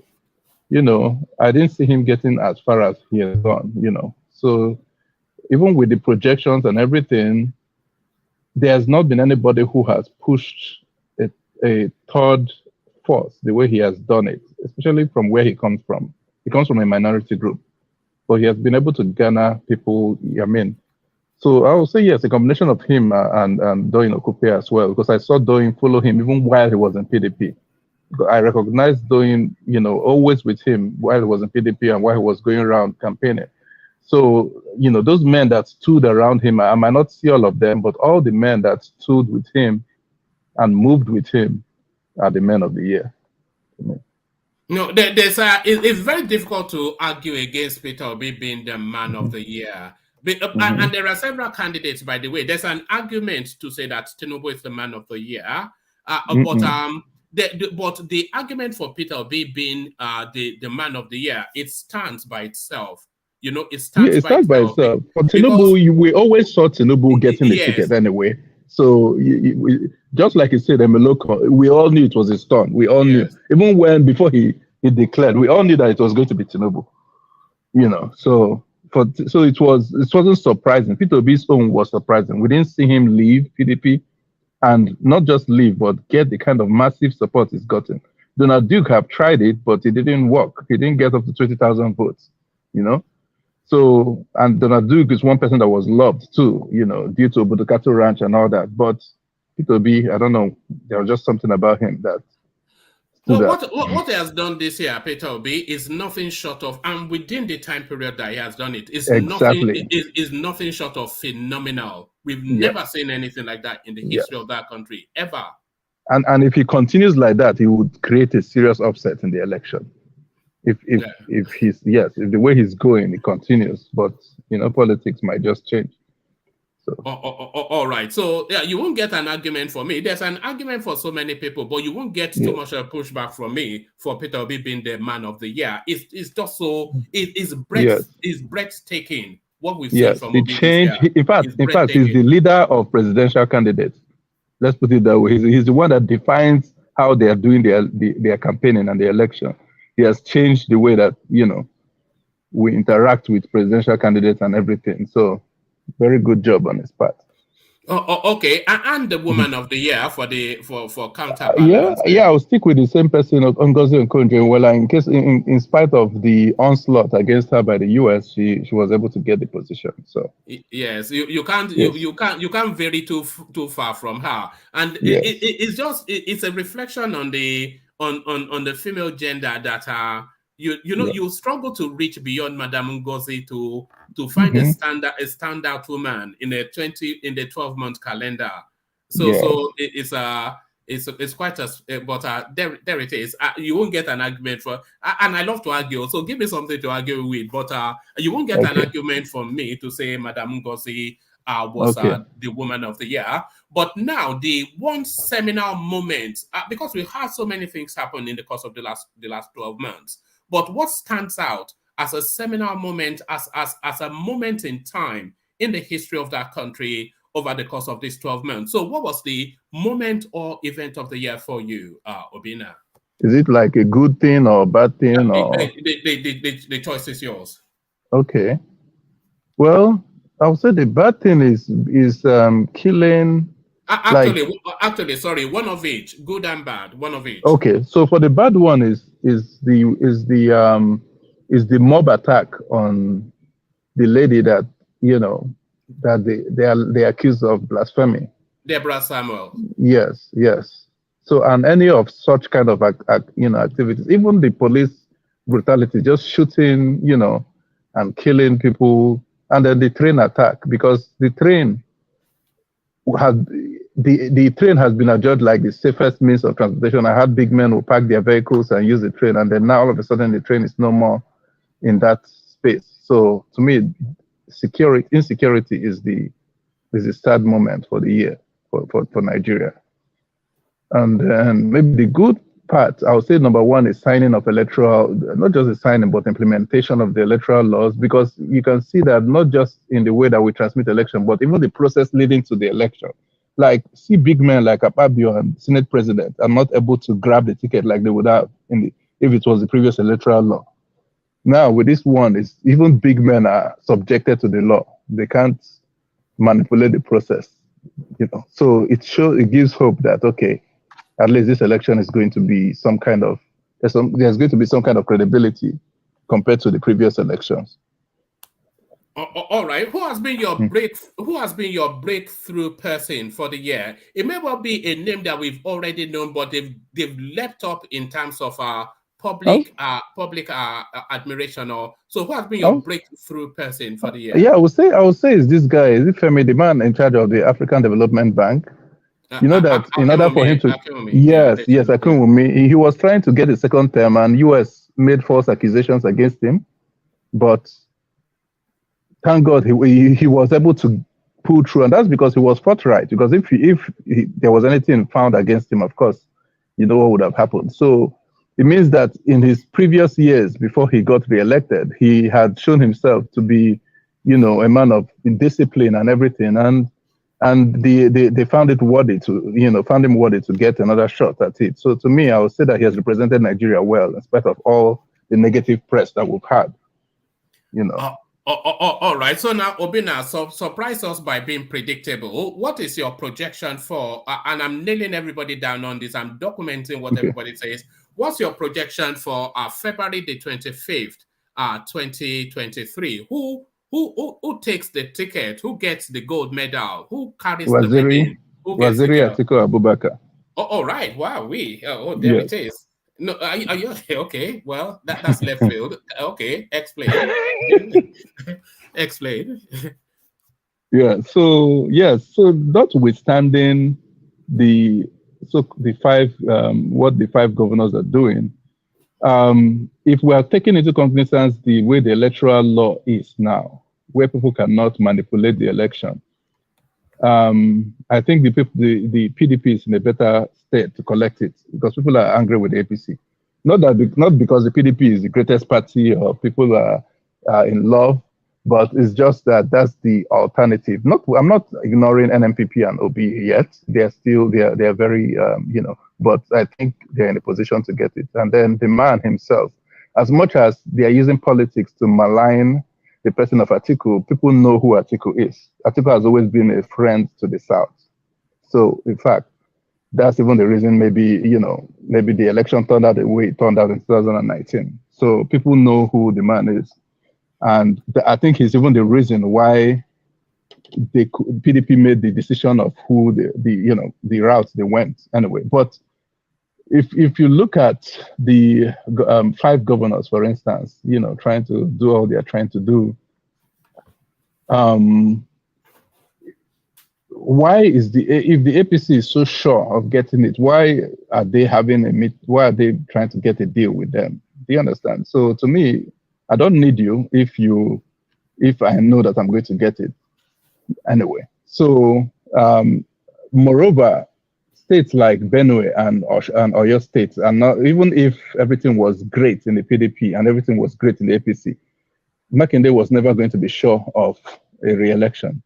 His first election, the election he won, not because he was popular. Yes, I know Rashid Ladoja helped him because Rashid is loved by the people, but APC is an institution in the Southwest, to be frank with you guys. And the APC was in disarray in Oyo State. That was even what gave room for PDP to come in. Now they are not. And the man that is even running is a very popular man. Teslim Folarin is a very popular man. So I don't know. I don't see, it's going to be tough for Sheyi to even get re-elected, even if everything was great. And then in Benue, almost the same thing. This man won his re-election, yes, after everything, but he's not, I think he still needs to be strong enough. He's not, so these men are not like Wike. Wike has everything under control. You can't be playing, Wike is not even running for election. So Wike has everything under control. Wike has every structure. Wike grabbed the structure even before he became governor, when Amechi, left the party or when he was expelled from the party, whichever way. He grabbed the structure. So my point is, and then I'm looking at the 2 Southeastern governors as well. Those ones, if they say they are going for P2B, it doesn't matter because already the Southeast is already obedient anyway.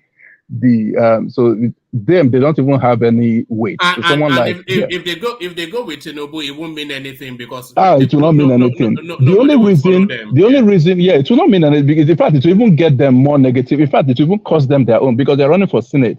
And already, even if everything was good in the PDP and there was no deal, Naya Baribe will easily win Ekpazu. There's no competition if they are to do free and fair election. Then you now go and support Tinubu. So the only thing that the Southeastern governors would do for Tinubu is to give him 25% vote so that he can meet the threshold. That's the only thing. And I don't know how they're going to do it. If it's going to be free and fair, then I don't know how they're going to do it. All right. So that's where I'm seeing it from. All right. So and don't run away on the 25th of February because I'm not. No, I'm not. I'm here. But still with your Prophet Obina hat on, what sort of anticipation are you having for 2023? What sort of a year do you anticipate Nigeria would have? Just give us a short. Yeah, go on. Yeah, so based on precedents, because first of all, when you elect new government, I know that the populace will give the new government, the benefit of doubt and everything. So I think people will be waiting. Let's see the direction and everything. But if you go by the articles, way of doing things, that he has engaged technocrats to, when he was in Obasanjo's government to help get Nigeria, especially like all those Ngozi, Soludo and co, even El-Rufai, all of them. So I see that being replicated. I see Nigeria. I don't think that there will be much impact yet because it's going to take time. It took time for Nigeria to get to where it is. So it's going to take time for us to get out from where we are now. But I think there will be steps that will be taken economically to get us out of where we are, especially in terms of our currency and in terms of trying to enable our ability to produce stuff inside of Nigeria, so that we can, because that would affect the value of our currency, and it will also ensure that money gets into the hands of people through employment. So I see that happening, beginning to happen in the year. Remember, by the time they take office, it's already half the year. So I don't see much improvement that first year, but going forward, yes. All right. And finally, yes, what will be the abiding memory of the Buhari administration? How would it go down in the annals of history? Well, maybe the bad part is insecurity and division, like disunity, having, like,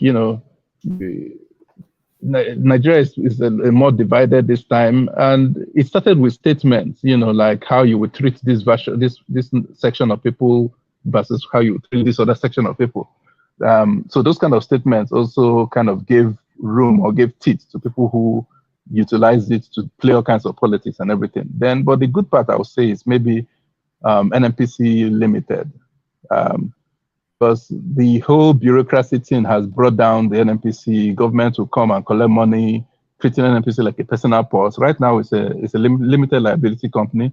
The board of directors don't need Federal Executive Council to sit before they can be able to spend money to fix things, because sometimes maybe the refinery is down, they need Federal Executive Council to approve. By the time that goes through, maybe the amount that would have cost to fix it has increased or something, but now they will be able to take those decisions by themselves. And so when a company is independent, it means that it should be able to sustain itself. It's not going to be money that comes from Nigerian Post Authority that they will use. It's going to be, you use whatever you generate, and then you return profit to us. So I think, to me, that's a good thing from his government. All right. So is it going down as a good administration or a bad administration? Just I'll say more of bad than good, to me, because he had the goodwill of Nigerians. Nigerians gave him the benefit of doubt. He had the opportunity, but he was too slow. First of all, in the constitution of his cabinet was too slow. That's a lot of time wasted. For someone who had always wanted to be president, should already know, and you were a president before, so you should have known people whom you wanted to put in these certain strategic positions. Then even while you're president, you should still have been able to rejig your cabinet. If you should be able to periodically check and say, okay, you're not doing this, you're doing this, okay, you're better here, you move this person over, and make sure that there's no time to just be wasting. And he took time to make decisions. In fact, I would say one of his one of the good things of his administration is actually Vice President Osibanjo. The most good things that happened was when VP was the acting president. So some decisions like confirmation of Attorney General, removal of DSS director, and so many other things that he took, decisions he took while the president was away, maybe might have contributed to the positive thing in the administration. But to me, I think he wasted a lot of time in making decisions. He had the opportunity. He had our benefit of doubt. Like we tagged him the cleanest, the person, the uncorruptible president. He had the goodwill to do whatever he wanted to do, but he kind of wasted it. So. All right, brilliant. So thank you. About president. So thank you. Happy New Year to you. Happy New Year, one man, and thank you too for this platform. It's give us opportunity to talk. We really appreciate you bringing it, and we'll continue into the new year. All right, brilliant. I can't wait for us to get February out of the way so that we can come back together and start all this whatever it is that we do. But thank you. So in the spirit of the Merry Christmases, Alexander Akashe Subachas to say Happy New Year to everyone on this platform. Cheers. So Happy New Year to you, Alexander Akashe. So we do it all over again next year, of course, which is in the next short while. So we go on from Obina to Kulata. And Kulata, so that was the year that we've just had. But what sort of year has it been? We are kicking everybody off with the man of the year. So for all of everything that has happened in Nigeria over the course of the last 12 months, who has been your man of the year and why? Man of the year, no doubt, is Peter Obi. is been the man of the year because it's not an unknown quantity. It's just the fact that he's made a lot of significant impact on a certain section of the population in Nigeria. Is kind of like changed the game. It made third party a viability. That's kind of like the third rail in Nigeria, and something we've been seeking for. It made it viable. I mean, it made that possibility viable. If it doesn't make it, it's kind of like cracked that ceiling. So that ceiling, you can continue to attempt it till you eventually bring it down. So Peter Obi is the man of the year. He's influenced a lot of positive change in our politics. It's inspired a lot of our youths, and it's inspired a lot of hope in the people that come from the southeast. So no doubt that I mean you have to give him man of the year, but there are other runner-ups outside of Peter Obi that are men of the year. But let's not talk about that. Let's give the man. No, Peter Obi. I think you struggle to get an argument against Peter Obi being the man of the year. But give us a couple of people that pushed him for that title. So give us a couple of names that were also. I mean, Tinubu's infamy, if I may call it that way, puts him a close runner-up to being the man of the year. He overcame a lot of obstacles and is on everybody's lips. And he's been super, super influential. Perhaps arguably more influential than Peter Obi. Peter Obi is more popular. Tinubu is more influential and definitely more powerful. So he is a good runner-up.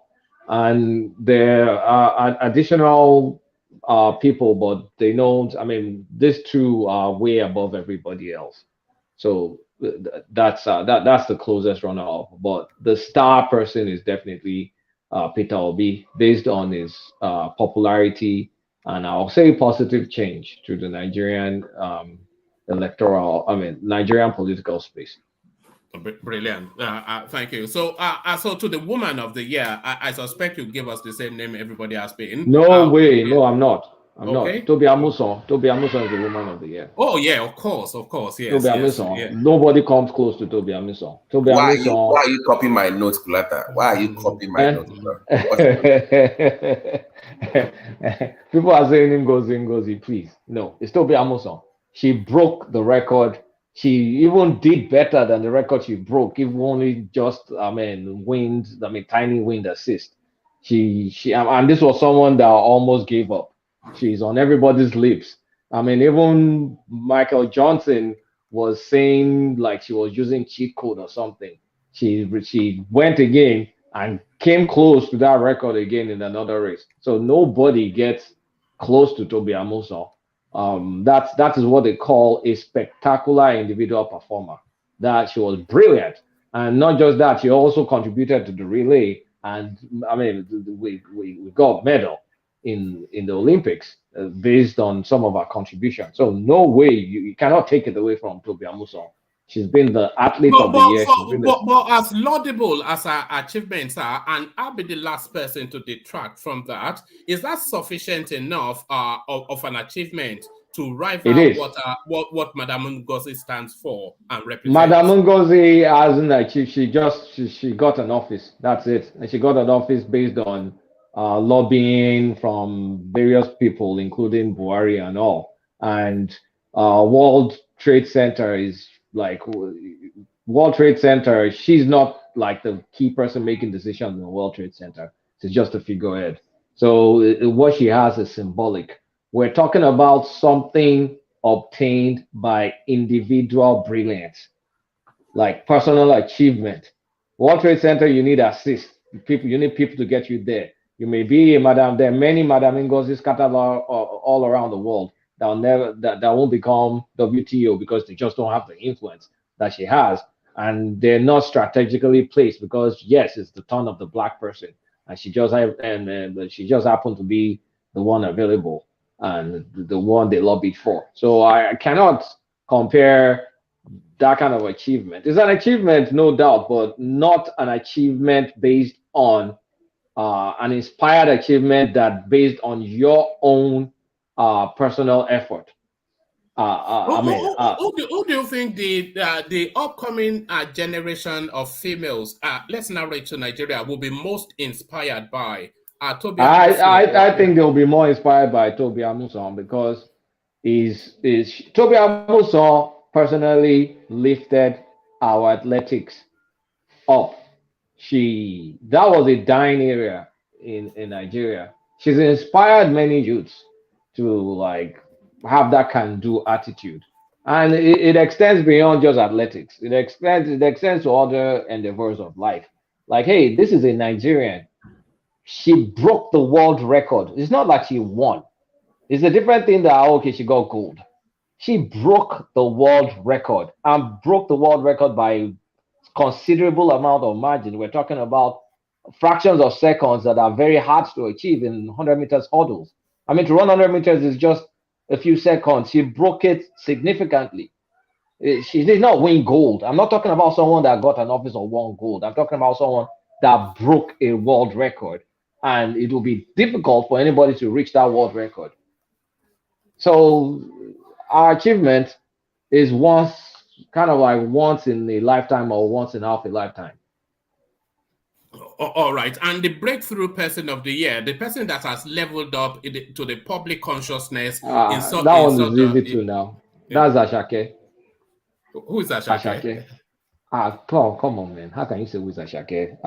That's blasphemy. As in, should I look it up? Jesus Christ, are you kidding me? It's not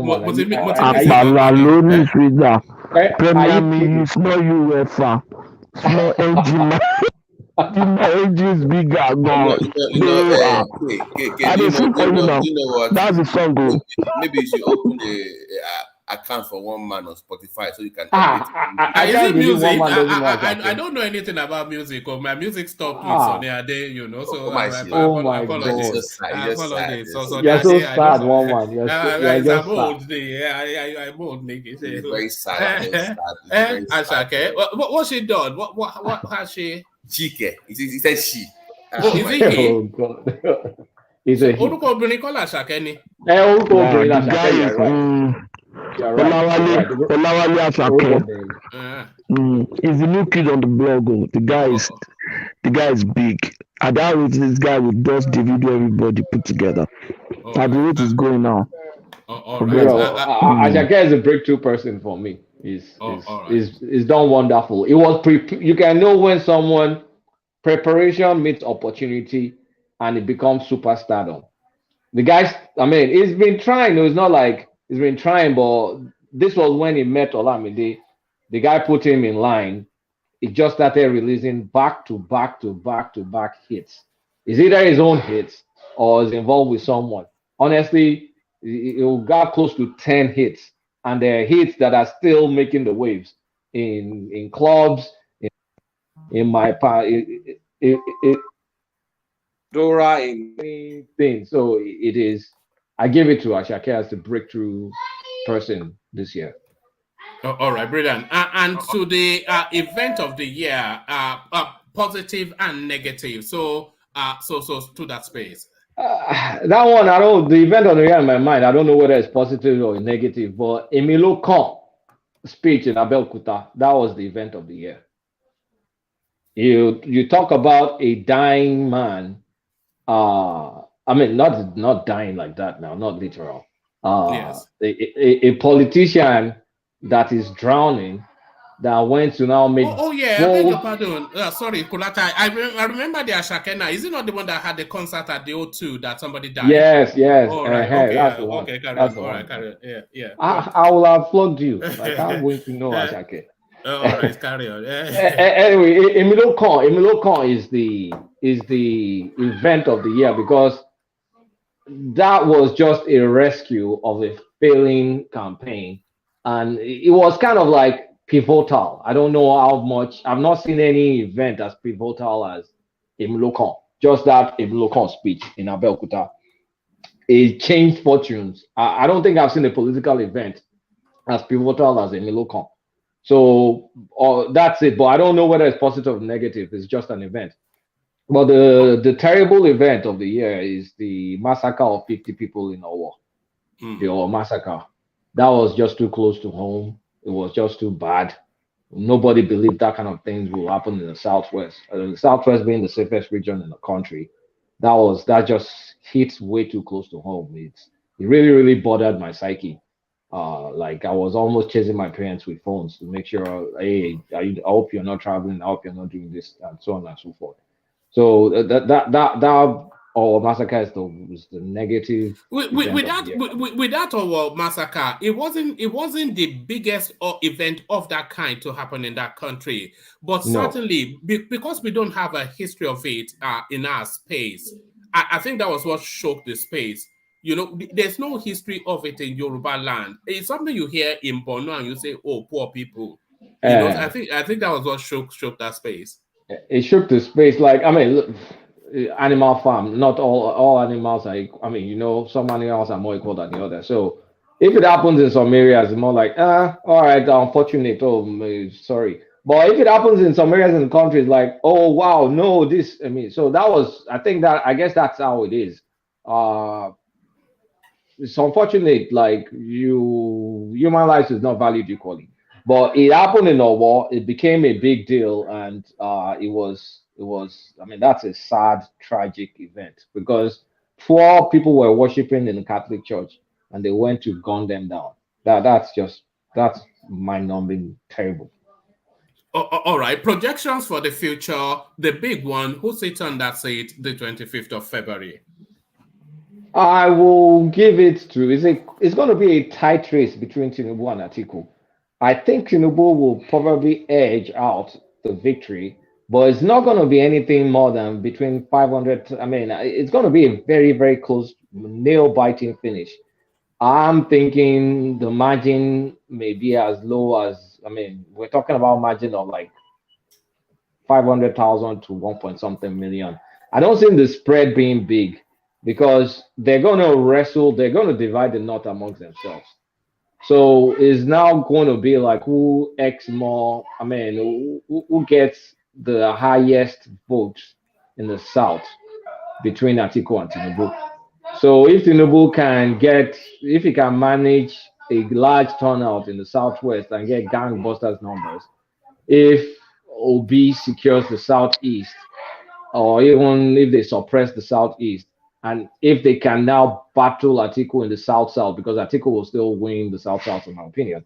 If they can battle the South-South and like wrestle Atiku down, Tinubu may manage to eke out the victory in the first round. But it's not going to be, I don't think it's going to be a wide margin, in my opinion, because they're going to divide the entire North.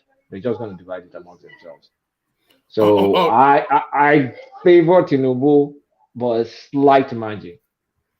A slight margin, but nevertheless, Tinubu is where you are. Yeah. So, and then, what sort of a year are you anticipating for the country from January to December? What sort of year will 2023 be for Nigerians? A year of pain. Oh God! Because there's going to be a global recession next year, and there are going to be some decisions that will be done in Nigeria that will be painful.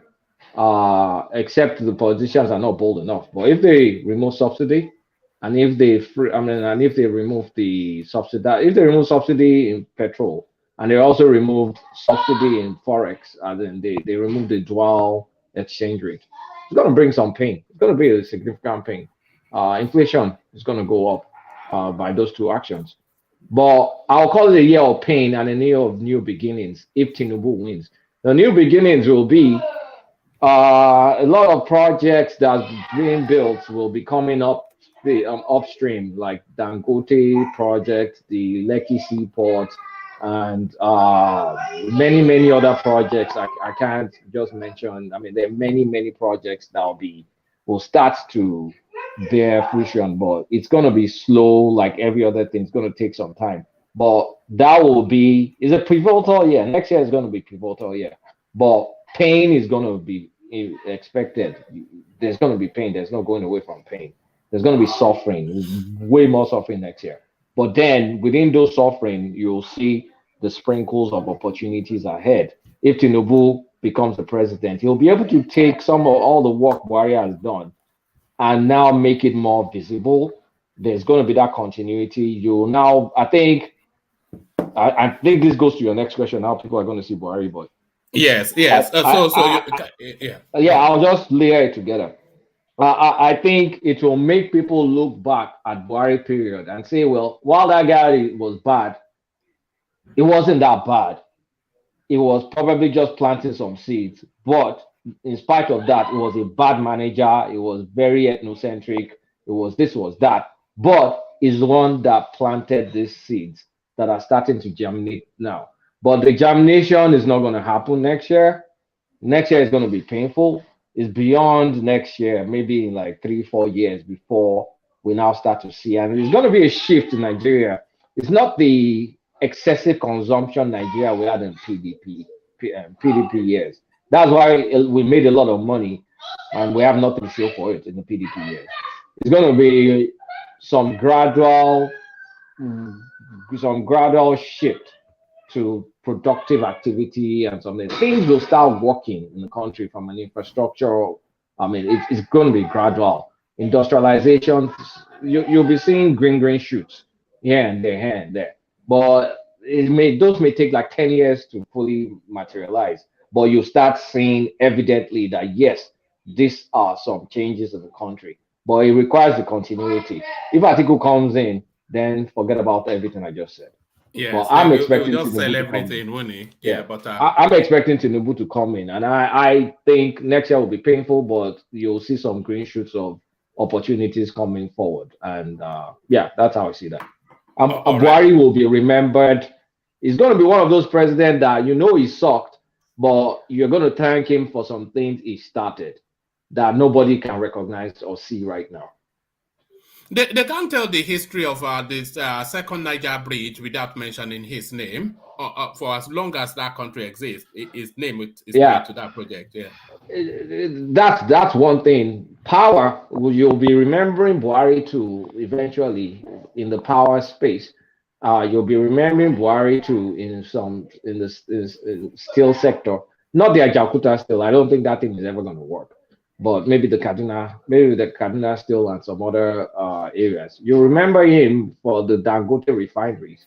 You start remembering Dangote refineries. You remember him when Daewoo finishes the turnaround maintenance on Nigerian refineries. Starting from next year. You start thinking about that. You remember him in some of this farming stuff, rice. You start remembering in rice. Changing our dependency, import substitution. You remember in a few substitution, the biggest is rice. You remember him in rejigging the ports in the South. You remember him for that. There are other things you remember him for, but many people just will not know now, and the impact may not be that apparent because while all these good things are happening, there's going to be a lot of bad things happening, which is hyperinflation, driven by removing subsidy and driven by removing subsidy on forex, turning it into a single market, and also the expected global. There's going to be a global recession next year. Everybody be prepared. There's a recession coming up worldwide, and Nigeria is not immune for what happens in the world. Companies have already started laying off in preparation for that in the States. So that's also going to affect what's going on next year. So everybody be prepared. But the recession is not going to be that deep in America, but it will be deep in England and a few European countries for obvious reasons. All right, brilliant. Thank you, Kulata. So thank you to Kulata. We can hear jingle bells in the background. So thank you, Kulata, and Happy New Year. So let's go on from Kulata to let's go to Babati. Babati, you're up next. So the sequence. The sequence of questions, we take it from the top. Your man of the year. Your man of the year. Who's your man of the year over the course of this last 12 months? Man, first of all, many happy New Year in advance to everybody, especially to you, one man. Happy New Year to you. I forgot my manners. Happy New Year to you. Yes. Yes. Yeah. Well, I just lost a friend of mine like an hour. Yeah. So it's a little bit. Yeah, so about an hour ago, I got a call, from his wife, so kind of unfortunate. But sorry about that. There's never a time to lose somebody, but certainly the worst time is just when you're about to cross over into a new year. Right. Sorry about that. Yeah, that's quite unfortunate. Yeah. But to your question, I mean, obviously, like everybody has said, Peter Obi will be the man of the year. Not necessarily him as a person, but what he represents to the political space and the possibilities. Because as a Nigerian, we kind of very hopeless in that space because we just assume that the politics is a dirty game. You don't get involved. You can't win, and it's just showing you that perhaps when people come together, that there's a chance. I'm not saying that it's going to win, but there's a chance that if we get our acts together, we can actually win at all levels, at every level. So that to me it changes beyond politics itself. It shows you that when people come together, beyond the political divide, the religious divide, the cultural divide, that they can do wonders.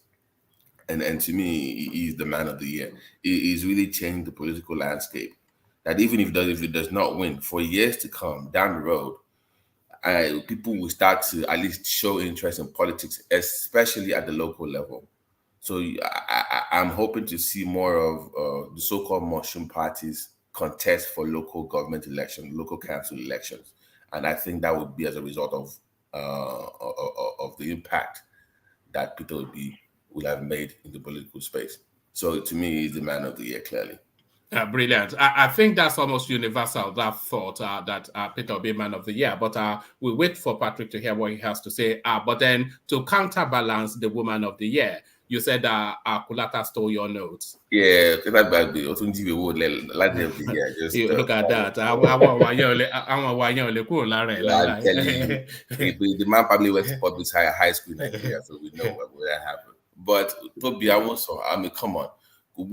Breaking the world record in the semifinals and coming back 24 hours later to win and break your own record is saying, again, within the span of 24 hours, that is unheard of.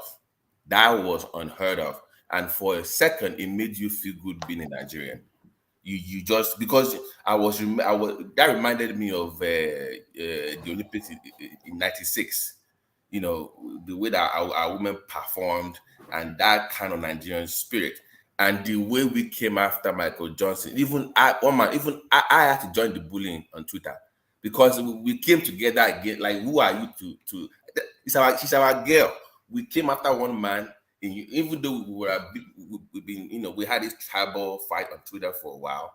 But when that man came against her, we all said, you know what? Let's forget our tribal differences for a while. Let's attack this man. And we came together and we attacked Michael Johnson. It was a beautiful moment in Twitter history as a Nigerian. So she made me feel good at being a Nigerian for at least for a minute. But I think she's even up for Woman of the Year, top 5 right now for 2022 in sports. You mean globally? Yeah. Globally. She's top 5 now for Woman of the Year for the year 2022 in sports because that is unheard of. Because she won gold back to back. You broke world records within 24 hours. That is unheard of. And it made people feel good being a Nigerian, and just shows you the possibility that Nigeria, the Nigerian spirit was rekindled one man. That Nigerian spirit is still there, of perseverance, of endurance, of hard work and dedication. So it made you feel good being a Nigerian. So to me, she's the Woman of the Year, clearly. All right, brilliant. And the breakthrough personality of the year, the breakthrough that came through this year. Man, it might not be like a popular opinion, because I like local elections. I like, breakthrough of the year once again. Man, you know what? Breakthrough of one of the year. Breakthrough. Who do people even pick anyways? Who were they? Who was the popular choice? I think that somebody actually said Peter Obi yet again because he was, of course, a known quantity. Right, so the way it came through this year, he leveled up quite a few layers. And then, of course, this Amoso girl that you're talking about, she's certainly a break. Nobody knew she existed as a human being, Right. but now nobody in the world is not aware of her name. So certainly a breakthrough there. Yeah. Yeah. Let me skip that. Let me put that one for last. All right. And the event of the year, which event stood out, either negative or positive, or both negative and positive? So which were the outstanding events? You can have two of the year for you. Okay, so for the negative was, of course, the war. That was just because there were events. Because even my friends in America were the one that even called me for that. Like, one of my friends in the Catholic Church called me about that. I didn't even know about that until he called me and said, "Do you know what's going on?" Because the church took it very seriously. Because you know how the Catholic Church is. So that was a shock for people to walk into a church and just do that. And that just tells you that we have, if care is not taken, religious war is possible in that country. And that was it's too shocking. Even speaking about it, gives me that was just a very shocking moment in Nigeria's history. I mean, that was just devastating because I don't even, that was terrible. And second bad part, I mean, I would say the flooding in Nigeria, that just was showing you that we have this infrastructural deficit.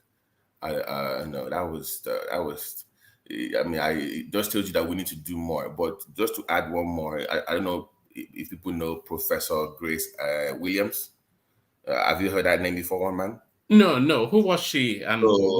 She died March 25. Professor Grace Williams. She was the first Nigerian vice chancellor. She was the first Nigerian to earn a PhD. First Nigerian or first female Nigerian? Sorry, first female Nigerian. First female Nigerian professor too, I think. Yeah, so she was the very first. She died March 25 at the age of 89. So she was, just the women empowerment thing. She just shows you that, women have the right to. So to me, it was kind of like a bittersweet experience where a celebration of that she died, but she's 89, but she's a well-accomplished person, died March 25. So that was, but the highlight, one man, I like local politics. I think that's where Nigeria should be heading. And for the past few months, Sanwo-Olu has gone bonkers. I mean, this guy, I know some of these were announcements, it's not been done yet, but to me, I'm looking at 10, 20 years down the road because it's showing you the possibilities that when you have a visionary in office, this is what Nigeria should look like. This is where governance, I mean, this is what we should be focusing on. Local and state government pulling the weight of infrastructural development and then being empowered to do so. So, because the demand on that blue line, I know people said it's just for politics. One man, I can assure you one thing. Once that blue line opens, the demand and structure of that blue line will be so high that it will force the state government to expand it within 2 or 3 years. I can assure you that. Because the demand on it will be so high that they will start to work on the phase 2 and expand to other places because they're going to make a lot of money on it. The people are going to love it. And they will be forced to expand because when people see that, wait a minute, this thing is beautiful. Why don't we have in our own area? They will start to expand it. So it's showing you the possibilities. So that state governments need to do more. That is where we should be focusing on in terms of economic growth, in terms of infrastructure and planning. And when you have visionaries in office, and you can see the importance of having a planner like Tinubu from 1999 and having his own people in office for a while carry out the plan. Even though godfatherism might be bad sometimes, it shows you that sometimes it's also good as well when you have continuity within your own space. That if you have your own bodies running the show, so that to me would be the both the highlight and the low light for the year. All right, brilliant. Alexander informs that the lady Alele Williams was his father's girlfriend at UI. So there it is. They're late, or they always keep it in the house. Alexander Gomez. Grace Alele Williams is telling us. Chief Gomez. You know, we are celebrating life now. Let's not put that out there. Look at that. You know, they call that humble bragging. I see how my issues with Chief Gomez that we need to resolve, but but that's a different. Were you not meant to be out playing golf together? I thought he invited you to play golf. He showed me clearly he was scared of my golf, of my skills. Probably he probably was intimidated, but me being a humble person, it's fine. But wherever it's ready, I will be in Houston to take him on. The offer is still there, but it is what it is. It is what it is, one man. All right. Exercise those skills and to give us a prediction on who will be the next president. So your projection for February, who sits on that seat? One man, don't let me bring my doom. You know who I have on the screen, right? That is Dr. Doom right there. So that is Dr. Doom. Yes. Yeah. So I don't want to be, but some way somehow I think we're still gonna have a couple of major events before the elections. I believe in my spirit. I know I'm not on the popular side on that one, but I strongly believe that you're still gonna have some major things happen. But having said that, oh boy, oh man, oh boy, you've been hinting at this thing for a while now. Is that what it is? No, it's not. I'm just saying that something is just off. And I'm not going to go far as saying that we're not going to have elections. I'm not going to say that. But it's just, to be honest with you, let me be honest with you, one man. I don't know. I think it's really tight than more people than people think. I think the numbers are really, really very, very close. And to be honest with you, those major events might change the outcome of the election. So I would like to hold my my opinion to myself at least maybe 3 or 4 days to the election. So when we come back, then I can actually give you my own position. But 1 month for now, I'm still gonna just look out. But I can answer the question about if Tinubu wins, for instance, how the country would look like. I can go there. Yes. Okay, yeah. Go there, and then cap it off with how Buhari will be remembered. Right. So I would say if Tinubu wins, then you're gonna have. It's still gonna be a very tough year next year, to be honest with you, one man, because regardless of whoever comes there, they're gonna come with their own agenda, and they have to get rid of the subsidy, of course. I'm not gonna go far as K and it's how we like to tax the poor people, tax everybody and Mama Nkechi and everybody. I wouldn't say that will happen, but I would say it's going to be a very painful year for Nigerians. But I'm saying that whoever comes there, like Tinubu, for instance, at least there will be a plan in terms of infrastructural growth. So, and I do agree that Nigeria can even, I would say, to be honest with you, one man, this is what I'm looking at, one man. I think that Nigeria can be actually top 15 in the next 4 years. Not even 20. Top 15 in the world. That's quite a prediction. Within 4, I think the last quarter of year 4, I think it's possible because the level of investment, because money follows investment, money follows vision. If you have a visionary in office, and people see that it's very sincere, then the money will come. So I oftentimes wonder why Nigerian politicians always go around the world sourcing for funds. It's very laughable to me and pathetic. There's no reason why a president should be flying over the place looking for investment. It doesn't work that way.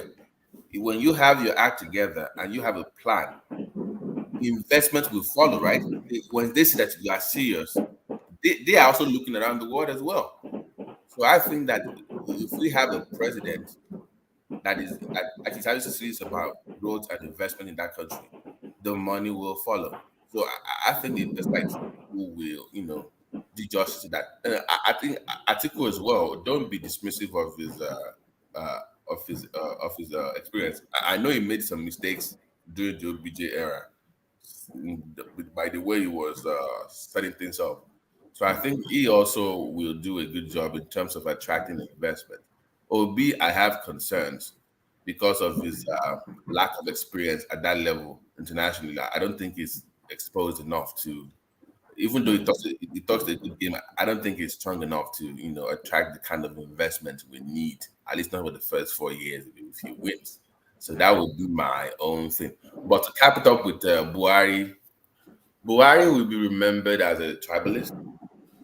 Yeah, I mean, because to me, I think it is even adding the military head of state, I think Buhari, is the most disappointing. What do you know why it is the most disappointing?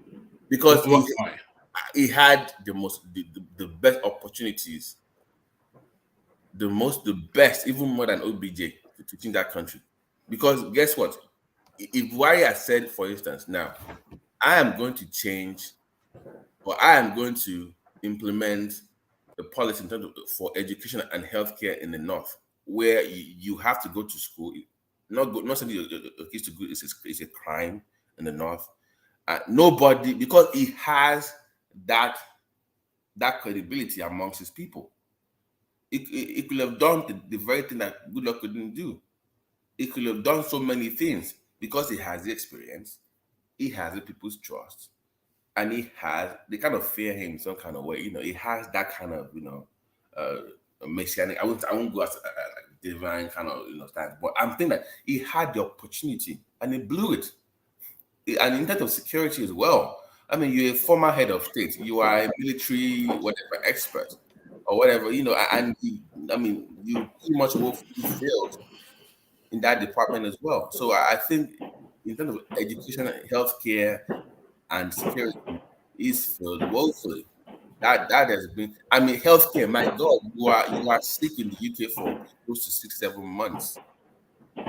So, woman, can you something? What's that noise in the background? No, it's fireworks for the new year. Okay, good. So in terms of healthcare now, for instance, one man, this guy was sick in the UK for what, 6 to 7 months, and I was thinking that you coming back to Nigeria, you would have made the national address and said, guys, I was sick. I was in the UK for this long period of time. We need to declare a state of emergency in the healthcare sector. That would have been the very humanly thing that you've done. All right. Thank you, Babachi. Babachi, apologies. The year is a couple of minutes away, and I want to go and break it. I'm sorry, but thank you, guys. Hopefully, we'll get to do it again next year.